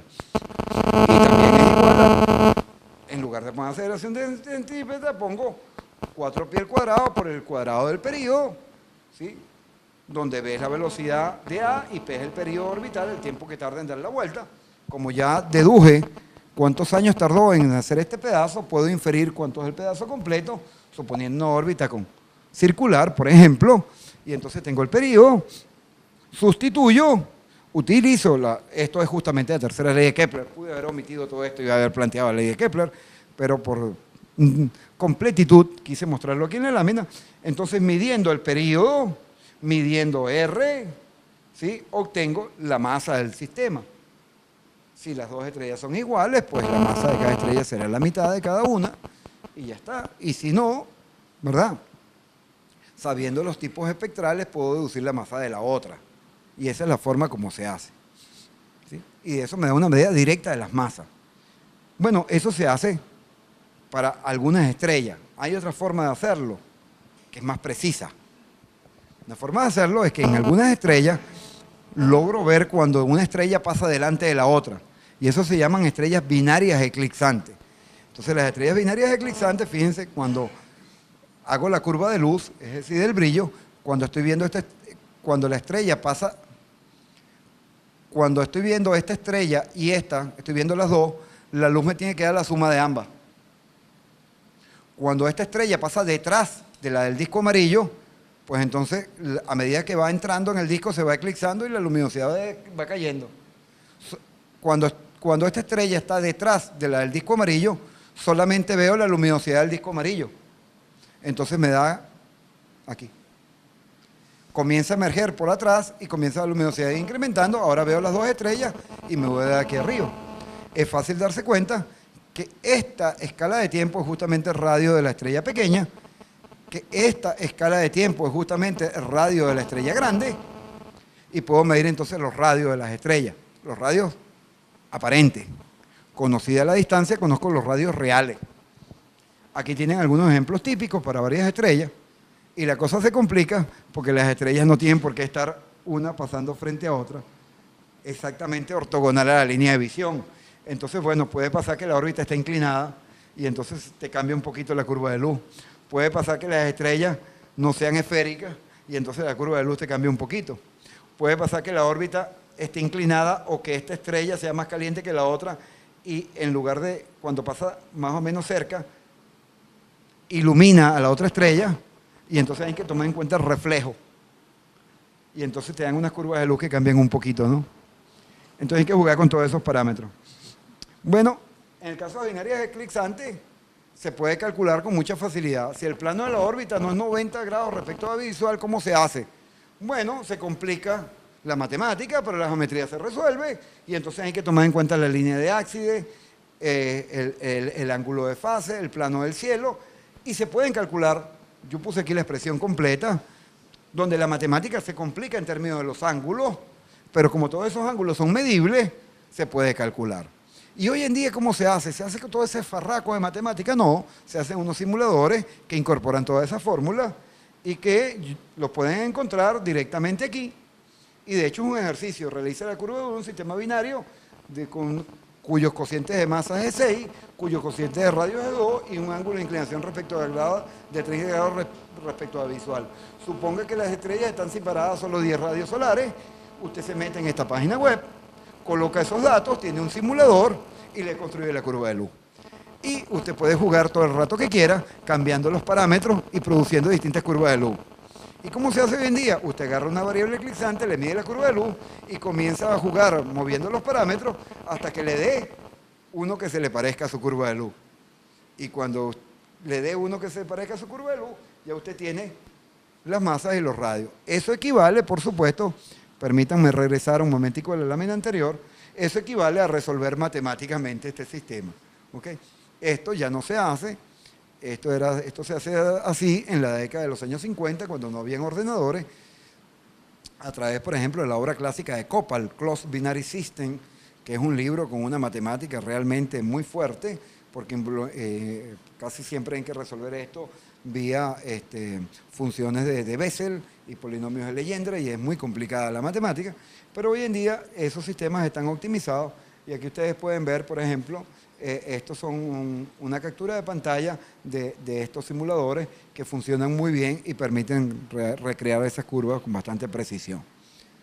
Entonces, jugando con los parámetros de la curva de luz, se puede obtener el cociente de masa y los radios. Bien, ¿de qué otra manera ya sabemos cómo medimos las masas y los radios? ¿Y de qué otra manera podemos medir el radio de las estrellas? En una parte donde pueden colaborar también los astrónomos aficionados y los astrónomos con pequeños observatorios como ustedes. Una es midiendo variables eclipsantes y reportando los datos. Y otra es midiendo ocultaciones de estrellas por la luna. Resulta ser que cuando una estrella se oculta detrás de la luna, ¿verdad? Como conozco la velocidad de la luna, ¿sí? Y mido el tiempo de tránsito, entonces el tamaño aparente de la estrella lo puedo medir. Y si por paralaje ya tenía la distancia de la estrella, obtengo el radio físico. Tienes el tamaño aparente, tienes la distancia de la estrella, entonces el tamaño físico es la distancia de la estrella multiplicado por el tamaño angular aparente. Y eso te da el diámetro de la estrella. Y se puede hacer. Entonces, hay gente que se dedica fíjense, aquí hay dos catálogos, ¿no? El de Richie de 1995 y el de Poxy del 2001, donde él ha recuperado la información de todos los astrónomos del mundo, incluyendo los de que tienen pequeños observatorios como ustedes, de las ocultaciones de estrellas por la luna, y presenta entonces los radios para la mayoría de las estrellas. Y él pretende este catálogo de diámetros aparentes y radios absolutos de estrellas, el CADAR, tiene alrededor de 10.000 estrellas. O sea que hubo cantidad de astrónomos en todas partes del mundo que se pusieron a medir estrellitas, ocultaciones de estrellas por la luna, y salieron estas estadísticas, ¿sí?, de los radios de las estrellas de la secuencia principal. Entonces, si sabemos que las estrellas de secuencia principal, todas las pocas que se hayan medido, digamos 100 o 200, tipo G, por decir algo, o tipo K, hay 200 de este tipo K que les medimos el radio, y el radio da todo más o menos el mismo. Entonces, cuando tú veas otra estrella de tipo K, tú puedes suponer, igual que como en el caso de la alegoría que hice de los elefantes, puedes saber cuál es la escala de tamaño de esas estrellas. Y eso es lo que se ha hecho. Bien, yo he permitido establecer, por ejemplo, el tamaño de las estrellas. Podemos ver que las estrellas enanas blancas son, los radios siguen poco más o menos unas líneas diagonales en relación al diagrama Hypron-Russell. Fíjense que las estrellas enanas blancas tienen del orden de una centésima de radio de la Tierra, en promedio. Las estrellas de la secuencia, una centésima de radio solar, quise decir. Es decir, son del tamaño de la Tierra. Las estrellas de la secuencia principal son todas del orden del radio del Sol. Las estrellas gigantes son del orden de 10 veces el tamaño del Sol, y las estrellas supergigantes están entre 100 y 1000 veces el radio del Sol. Las enanas blancas, como ustedes saben, son estrellas del tamaño de la Tierra. Tienen alrededor de 6.400 kilómetros, lo cual equivale a una centésima del radio del Sol. ¿Sí? No se han conseguido estrellas más pequeñas que enanas blancas. ¿Sí? Hay algunas, las estrellas de neutrones, pero no se pueden dibujar en diagrama de HR porque no tienen una luminosidad apreciable y tienen un radio del orden de unos 14 kilómetros. ¿Sí? Es posible, se ha teorizado que hayan estrellas de tipo quarks que puedan ser un poco más pequeñas, y no sabemos realmente en qué parte del diagrama HR tienen. Sin embargo, se ha podido medir en algunas pocas estrellas, a través del telescopio espacial, capturar imagen, por ejemplo, de Betelgeuse. En esta escala de tamaños, esta es la imagen forzada de Betelgeuse. Este es el tamaño de la estrella, este es el tamaño de la órbita de la Tierra, este es el tamaño de la órbita de Júpiter. De tal manera que Betelgeuse, en principio, parece una estrella monstruosamente grande o colosal o supergigante. Debemos notar, sin embargo, que la imagen tienes que tomarla con cuidado, porque en realidad no sabemos qué parte es el radio físico y qué parte es la corona de la estrella, o qué tamaño es la atmósfera de la estrella. De tal manera que hay que tener mucho cuidado cuando uno interpreta esto, porque esto hay que calibrarlo con las otras medidas que tenemos de los diagramas HR. Aquí podemos notar, por ejemplo, que pareciera que efectivamente el radio de Betelgeuse, al menos esta imagen, pero recuérdense que la imagen tiende a saturar, y esto es un continuo en falso color. Entonces, ¿cuál es el radio en realidad de la estrella? Bueno, el radio mínimo debe ser como el tamaño de la órbita de la Tierra, por lo menos, ¿sí? Y el radio máximo, pues, debe ser el tamaño de la órbita de Júpiter, pero las medidas son muy poco fiables como medidas directas. Las medidas más directas de las estrellas se obtienen a través de las variables de las estrellas binarias eclipsantes, ¿sí? Pero eso supone que tienes que conocer la distancia.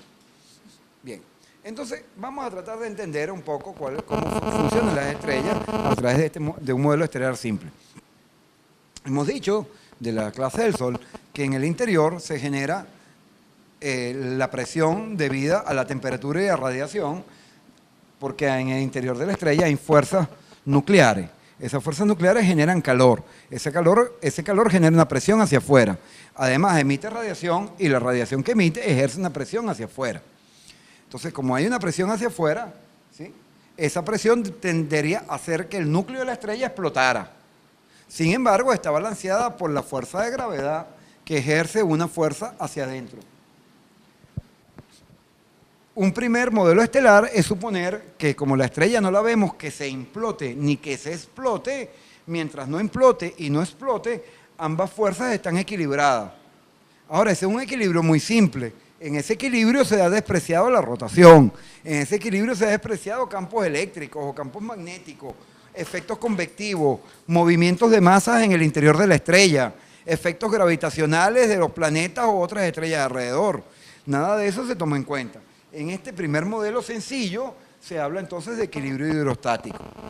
Entonces, las estrellas que están en la secuencia principal mantienen un equilibrio hidrostático.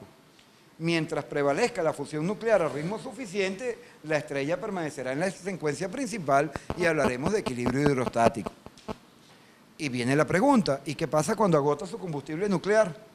Cuando agota su combustible nuclear, la fuerza de gravedad es mayor y el núcleo tiende a colapsar y entonces hay una presión que hace que el núcleo se caliente ahora más, ¿sí? Y al calentarse, o si esta capa viene muy rápido, chocará con ella y se expandirá. Entonces, al momento que la estrella se expanda, se va a enfriar. Y entonces la estrella que inicialmente estaba en la secuencia principal, saldrá de la secuencia principal ahora y evolucionará a una fase de gigante roja, que era lo que habíamos visto en el caso del Sol. Pero podríamos hacer eso de manera cuantitativa, un poco para ver ese equilibrio.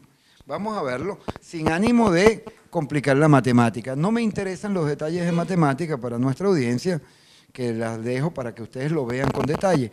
Quiero que nos quedemos en los conceptos. Fíjate, este símbolo que está aquí, R con dos punticos arriba, es la aceleración y esta es la masa. Entonces, la masa por la aceleración es la suma de las fuerzas. ¿Cuáles son las fuerzas? Bueno, tenemos que mirarlo aquí con detalle.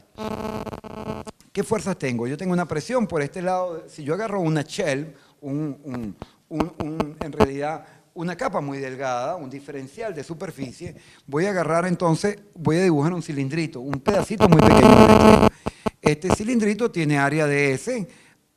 Por el lado de arriba, por el lado de abajo, la tapa de abajo tiene una presión que es P, pero la presión aquí arriba es la presión que había antes más la presión de este pedacito, entonces es P de R más de R. Por este lado tengo la fuerza de gravedad hacia abajo, de tal manera que lo que estoy escribiendo en realidad es la ecuación de Euler. Son masa por gravedad, esta D significa pedacito pequeño. Entonces, un pedacito de masa por la gravedad, tengo la superficie por la presión y en la otra etapa tengo la presión por la superficie por el pedacito de radio que ahora tiene un valor más grande, R más un pedacito de R. Si uno escribe eso en términos más cómodos, multiplicamos esto y entonces se cancela este término con el correspondiente de acá.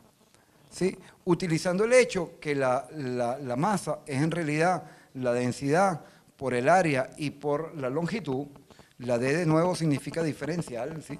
Entonces el diferencial de masa es la densidad por el diferencial de longitud, por el diferencial de superficie, que sería el diferencial de volumen, ¿verdad? Lo sustituyo utilizando además que la presión diferencial es la presión que había antes más un pedacito, lo sustituyo en la expresión y entonces obtengo una expresión para la aceleración. Me dice cuánto se acelera esto.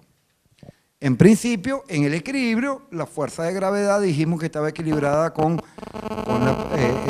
la presión, entonces la aceleración esta tiene que valer 0.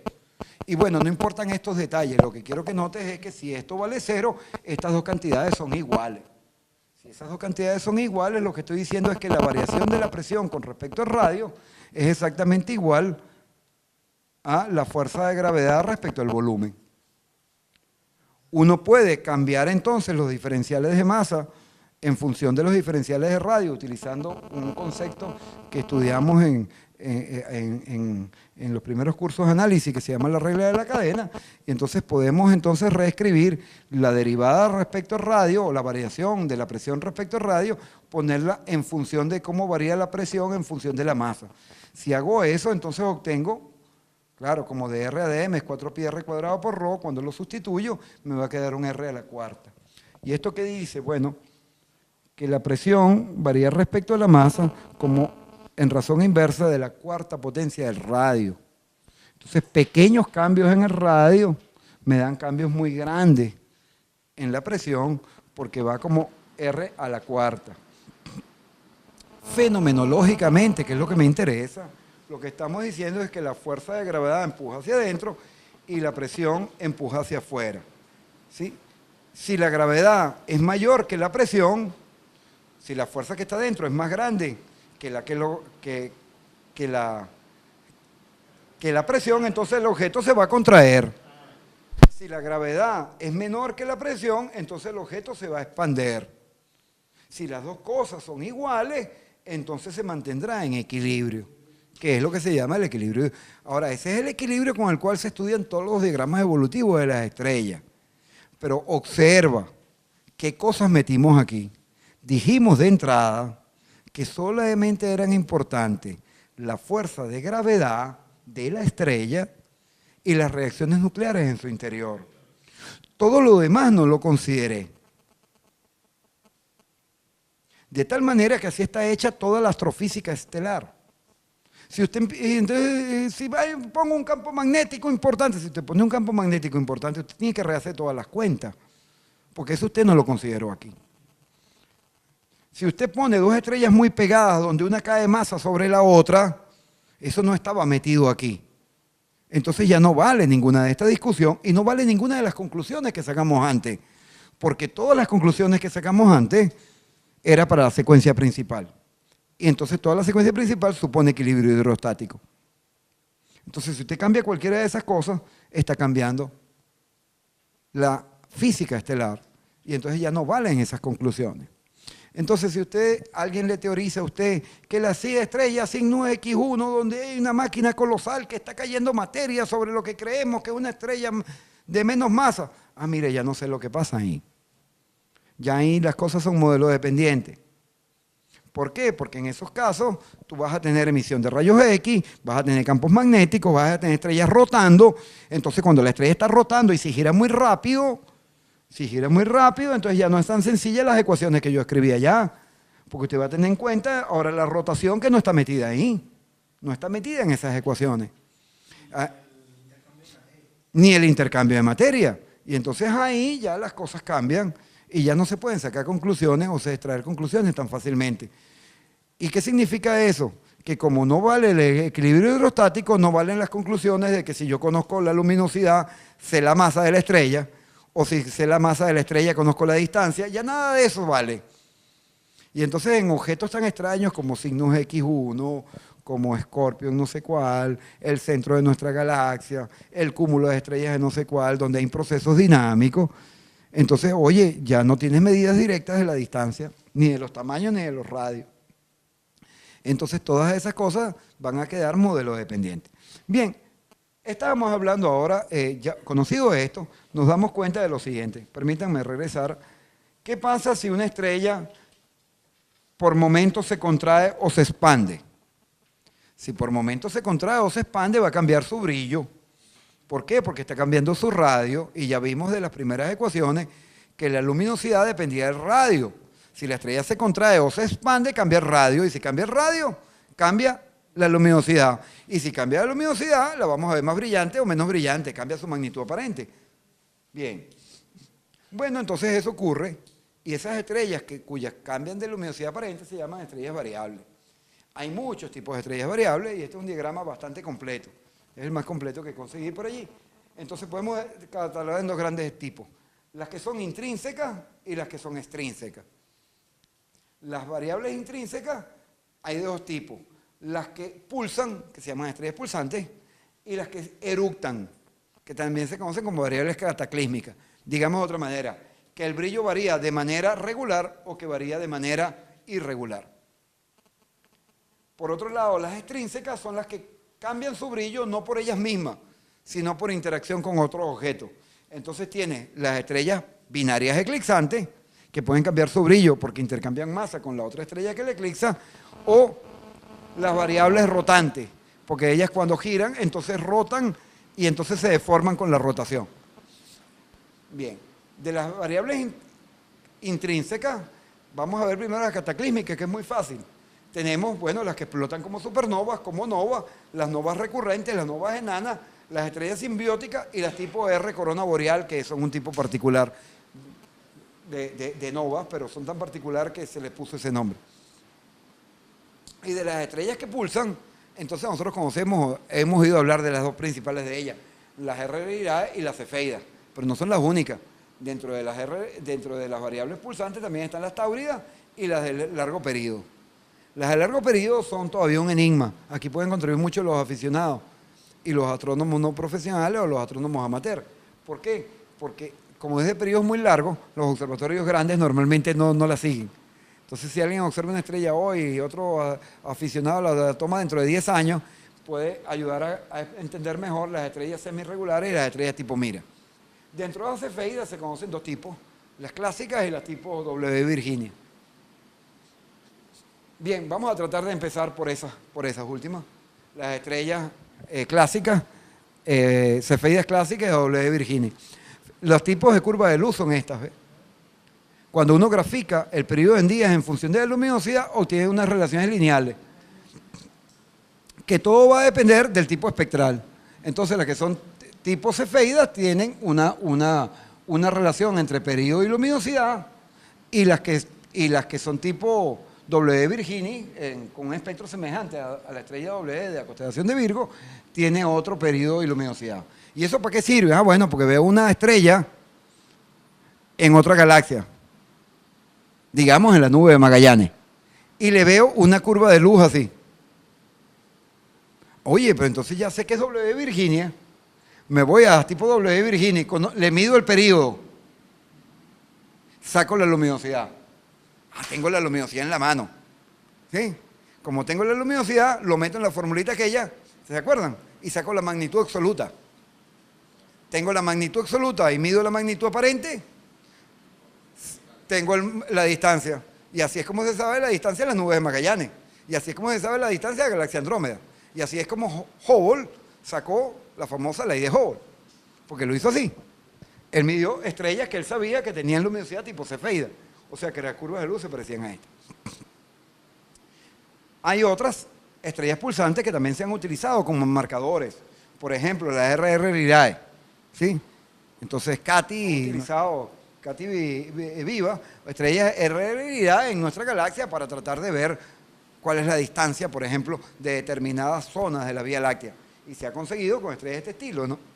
Por supuesto, ustedes verán que aquí hay unos punticos. Es que las observaciones nunca son limpias. Porque cada puntico es la observación de alguien. Entonces, a partir de los punticos, uno dibuja una línea aproximada de curva de luz. Y a partir de esa línea aproximada, uno va a una relación estadística que también es aproximada. Y entonces uno saca una idea aproximada de la distancia. ¿Se dan cuenta de la cantidad de errores que hay allí? ¿Se dan cuenta que el usar este tipo de cosas como bujías estándar tiene un error del orden en que va entre el 10 y el 30%? ¿Por qué? Porque usted... Y estas son curvas muy bonitas para estrellas cercanas, bien conocidas. En general son mucho más feas las curvas estas. Son bastante feas. Y uno no tiene tantas medidas tampoco. Estas son muy bonitas, pues estas son las más estudiadas. Estas son las canónicas. Pero en general tú a veces tienes una curva de luz donde apenas tiene 8 punticos y el espectro es bastante feo, ¿no? ¿Okay? Bueno, entonces se puede hacer lo mismo en forma análoga y lo que va a variar es el tipo de curva de luz, ¿no? Fíjense, esta es una que está bastante bien medida porque es la tipo Mira y sin embargo, mira tú que tiene muy pocas medidas. No tiene tantas. ¿Ves? Bien. Se pueden entonces, una vez que se han medido varias estrellas de estas, tratar de ubicarlas en un diagrama Heilbronn-Russell y nos damos cuenta que las estrellas, las variables pulsantes están todas por aquí, las RR Irae ocupan este sitio, las W Virginie ocupan esta zona, las Cepheid Clade esta zona y las RB Tauri esta región de acá. De tal manera que las estrellas, por ejemplo, de las Mira y las de periodo largo como Betelgeuse están en esta zona. ¿Qué es lo que se aspira? Tener muchas estrellas para poder sacar una estadística y sacar una relación lineal entre el periodo de pulsación y las luminosidades. Las estrellas tipo Mira, por ejemplo, se sabe que se deben a que tienen una compañera caliente y que están separadas a 0,6 arcosegundos. Estas son imágenes del telescopio espacial, pero en Mira Ceti, que como ustedes saben es la estrella Omicron de la constelación de la ballena, en Mira Ceti parece que cuando estas compañeras están muy cerca hay interacción, ¿ves? Porque en el ultravioleta se le ven ya intercambio de material. Entonces pareciera que esos son los procesos, ya el detalle de cuál es la causa de la variabilidad. Hay dos cosas. Se puede utilizar la variabilidad para estimar la distancia. Otra cosa u otra línea de investigación es cuál es la causa de la variabilidad. Bien, es claro que midiendo el periodo podemos inferir la magnitud absoluta, como ya lo mencioné antes, y por lo tanto su distancia, como lo vimos en la lámina 13, ¿no? Conozco la magnitud absoluta, entonces saco la distancia. Claro, no es tan fácil porque estos puntos son cada uno una observación y mira cómo va variando en el tiempo, ¿no? Cómo va variando en el tiempo los periodos. Entonces, no es muy limpio eso.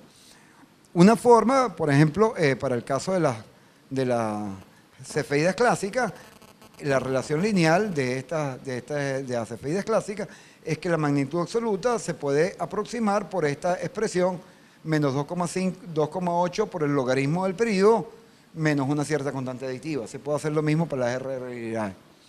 Entonces, como ejercicio, creo,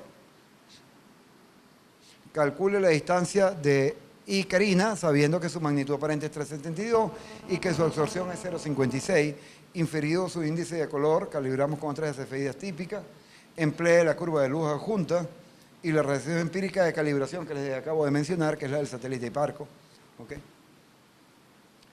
Hasta ahora hemos supuesto que no hay extinción, que no hay atenuación, porque resulta que en toda esta historia que le estoy contando, estoy suponiendo que la luminosidad de la estrella que yo mido es que entre la estrella y yo, entre la estrella y la Tierra, no hay nada que absorba luz. Eso no es verdad.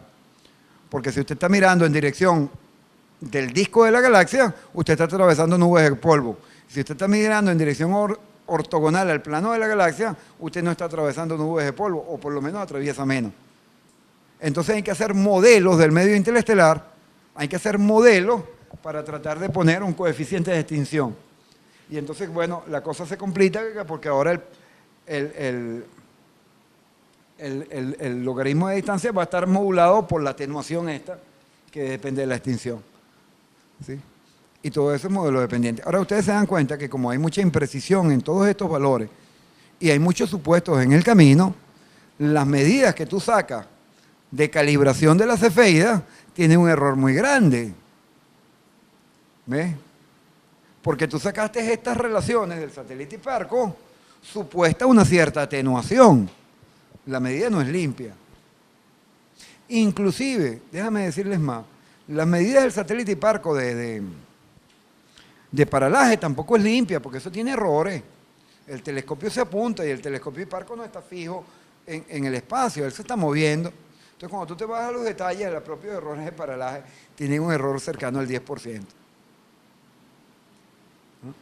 Bueno, con todo es lo que hay, se puede hacer más detalle.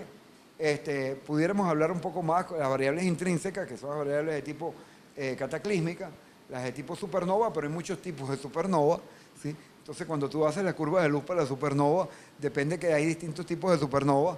La supernova tipo 1A, tipo B, tipo 1C, 1AB, tipo 2, tipo 2A, tipo 2B, tipo 2C. Depende de los espectros, depende de lo que se ha observado y verás cómo decae la luminosidad en función de los días y tienen distintas formas. Estas son las curvas de las distintas tipos de supernova. Por supuesto, estas no son las curvas limpias, porque estas son las curvas teóricas, ya aplanadas. Cuando tú haces observaciones, tú lo que tienes es una serie de puntitos en los cuales tú tienes que cómo va variando la luminosidad en función de los días y los punticos no caen sobre ninguna de las curvas. Y es toda una tarea titánica observar una supernova y saber qué tipo era. Porque tú tienes entonces ahora que hacer medidas muy precisas, repetidas, y tratar de aproximarla a uno de estos gráficos. Y la más de las veces no te ajusta a una curva, sino a varias de ellas. ¿Sí? Y esa es la realidad. Bueno, en fin, todas las variables, estrellas variables, se pueden catalogar en función del tipo espectral y de la magnitud y ocupan distintas zonas en el diagrama de Hepron-Russell. Este es otro diagrama bastante completo. Aquí está nuestro Sol, las cefeidas enanas tipo Delta Scuti están por aquí. Las variables magnéticas están en esta zona, pero tampoco estas no son zonas bien definidas. Esto es una forma de hablar, nada más. Las estrellas cefeidas clásicas y las Virginias sí se conocen bastante bien, las R Lyrae y las T Tauri también, pero las variables semirregulares, las tipo Mira, las T Tauri y las estrellas fulgurantes tipo V Ceti no se conocen bastante bien, ¿no? Hay otras estrellas que se llaman novas enanas UG Minorum y unas que no están por aquí, que son las estrellas enanas blancas variables, que son las ZZ Ceti, que andan por aquí. ¿Okay? Que también son un problema, porque ¿por qué varía su brillo una estrella enana blanca? Esa sería cuestión de que conversemos en otro momento. Todos nosotros podemos colaborar con la observación de estrellas variables. Si usted hay una oportunidad, aquí dice oportunidad para voluntarios. Esta es la captura de pantalla de la AXO, la Asociación de Observadores de Estrellas Variables. En el material de la próxima clase, que no se los pude repartir hoy, les tengo los manuales en español de la AXO y los catálogos de la AXO, de manera que puedan contribuir. Pero ya de entrada se pueden ustedes, es axo.org, y hay una serie de programas donde ustedes pueden inscribirse y hacer observaciones de estrellas variables. Lo pueden hacer fotométricamente, lo pueden hacer con cámaras digitales o lo pueden hacer simplemente a ojo desnudo también. ¿Okay? Bueno, y con eso hemos intentado resumir las principales características de las estrellas y cómo las obtenemos a partir de las observaciones. Cómo se derivan las propiedades físicas fundamentales que me van a permitir entender cuál es el comportamiento de las estrellas, su composición química y su dinámica. Se han intentado mostrar los argumentos teóricos y, como siempre, dejando de un lado o soslayando las especulaciones y tratando de mostrar cuáles han sido las simplificaciones y suposiciones. ¿Qué hemos supuesto cuando determinamos las distancias, los radios, las masas, las temperaturas estelares? ¿Qué vamos a ver en la próxima clase? Bueno, vamos a tratar de, con esos datos, modelar las estrellas y ver su evolución. Cuando una estrella está en la secuencia principal y agota su combustible, ¿qué le ocurre a la estrella? Hemos visto que si la presión supera a la gravedad, ¿sí? La presión es más grande, la estrella se va a contraer. Pues entonces suponemos que el núcleo se va a contraer. Bueno, el núcleo de una estrella, es lo que veremos en la próxima clase, va a evolucionar como una estrella enana blanca. Y si después de cierta cantidad de masa va a evolucionar como una estrella de neutrones, y entonces entrará el concepto que lo precisaremos de hueco negro, de black hole, que entendemos por eso, y que hemos supuesto cuando hablamos de evolución estelar. ¿Cuánto tiempo dura una estrella? ¿Cuál es su edad? ¿De cuánto tiempo tarda la estrella en gastar el combustible nuclear? Bueno, suponemos, o supondría la lógica, que mientras más grande sea la estrella, más duraría. Bueno, esa suposición lógica no es cierta, es todo lo contrario. Si la estrella tiene mucha masa, va a ser muy caliente. Y si es muy caliente, se va a quemar muy rápido. Algo así como que si usted le pone más combustible a la hoguera, no va a durar más tiempo, va a durar menos. Porque la temperatura va a aumentar y se va a consumir mucho más rápido. Entonces vamos a ver cómo se relaciona la evolución y la edad de las estrellas con las ecuaciones de los modelos estelares. Y la clase que viene voy a mostrar las ecuaciones de evolución estelar, y ahí vamos a tener un poco de matemática, un poquito intensa, pero les aclaro que si tenemos paciencia de no mirar los detalles de las ecuaciones, vamos a ver que las ecuaciones diferenciales las vamos a poder escribir en forma cualitativa y en forma aproximada sacar conclusiones aún sin resolver la matemática.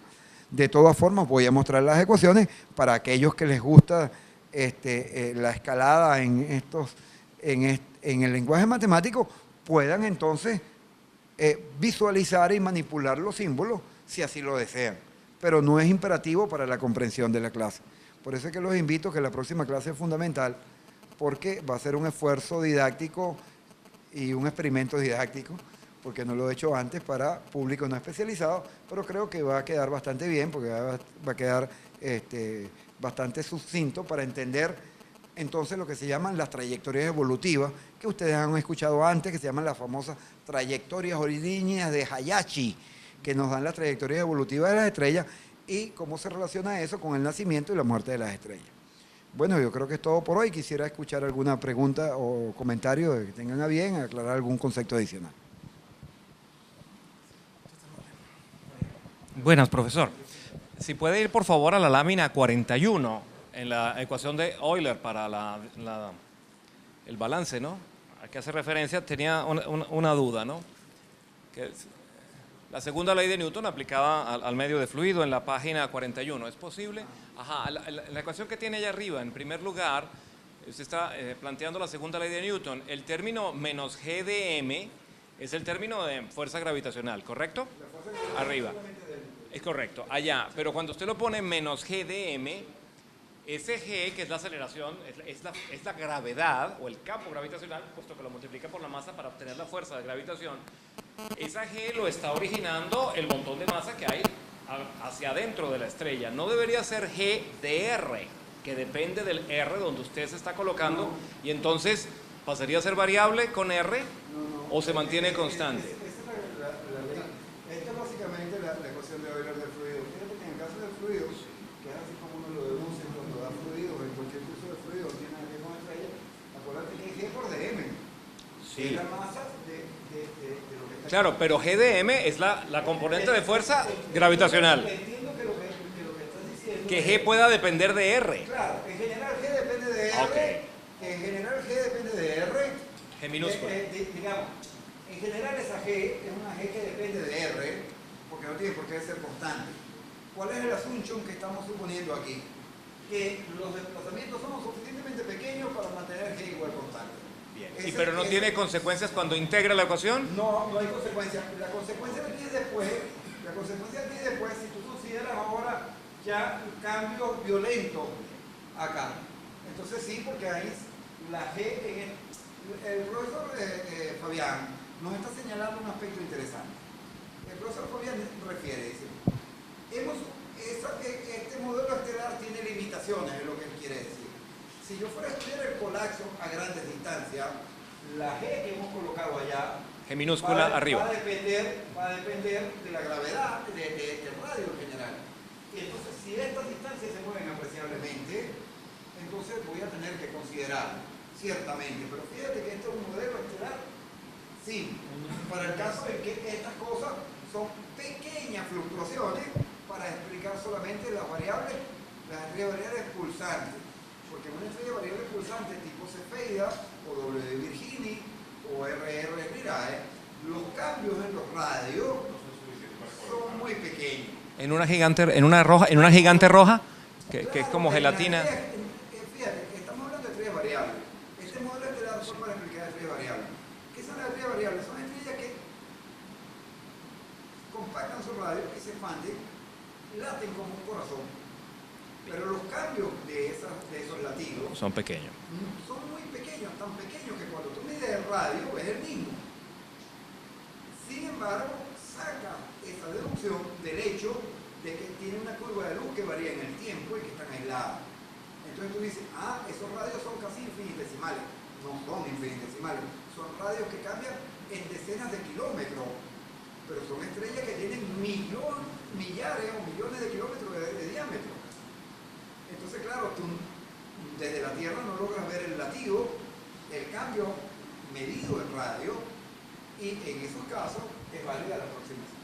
Bien. Estoy de acuerdo con lo que dice Fabián. Fabián dice, no, espérate, cuando veamos las ecuaciones de evolución estelar, cuidado, esa G va a cambiar. Sí, ciertamente. Claro. Y una segunda pregunta, profesor, si puede ir a la lámina a la lámina 33, donde hace la acotación de las masas de Sirio A y de Sirio B, y la coloca en términos de la masa de la Tierra. Una era 2 veces la masa de la Tierra, Sirio A y Sirio B. Sirio, como lo muestra aquí el diagrama, ¿verdad? Sirio, en realidad, la estrella Sirio tiene una componente oscura que midió Bessel. Esa componente oscura que midió Bessel se conoce como la compañera de Sirio. Con los años, el telescopio espacial se dio cuenta que no hay una compañera de Sirio, sino dos, que se llaman Sirio A y Sirio B. Son 2 compañeras pequeñas. Oscura, Sirio A y Sirio B, que están muy pegadas. La estrella Sirio es una estrella gigantesca, ¿sí? Que no es Sirio A ni es Sirio B. Creo que es importante la pregunta porque no te lo aclaro. Bessel observa una estrella, observa Sirio y se da cuenta que Sirio es una estrella doble. La compañera de Sirio son 2.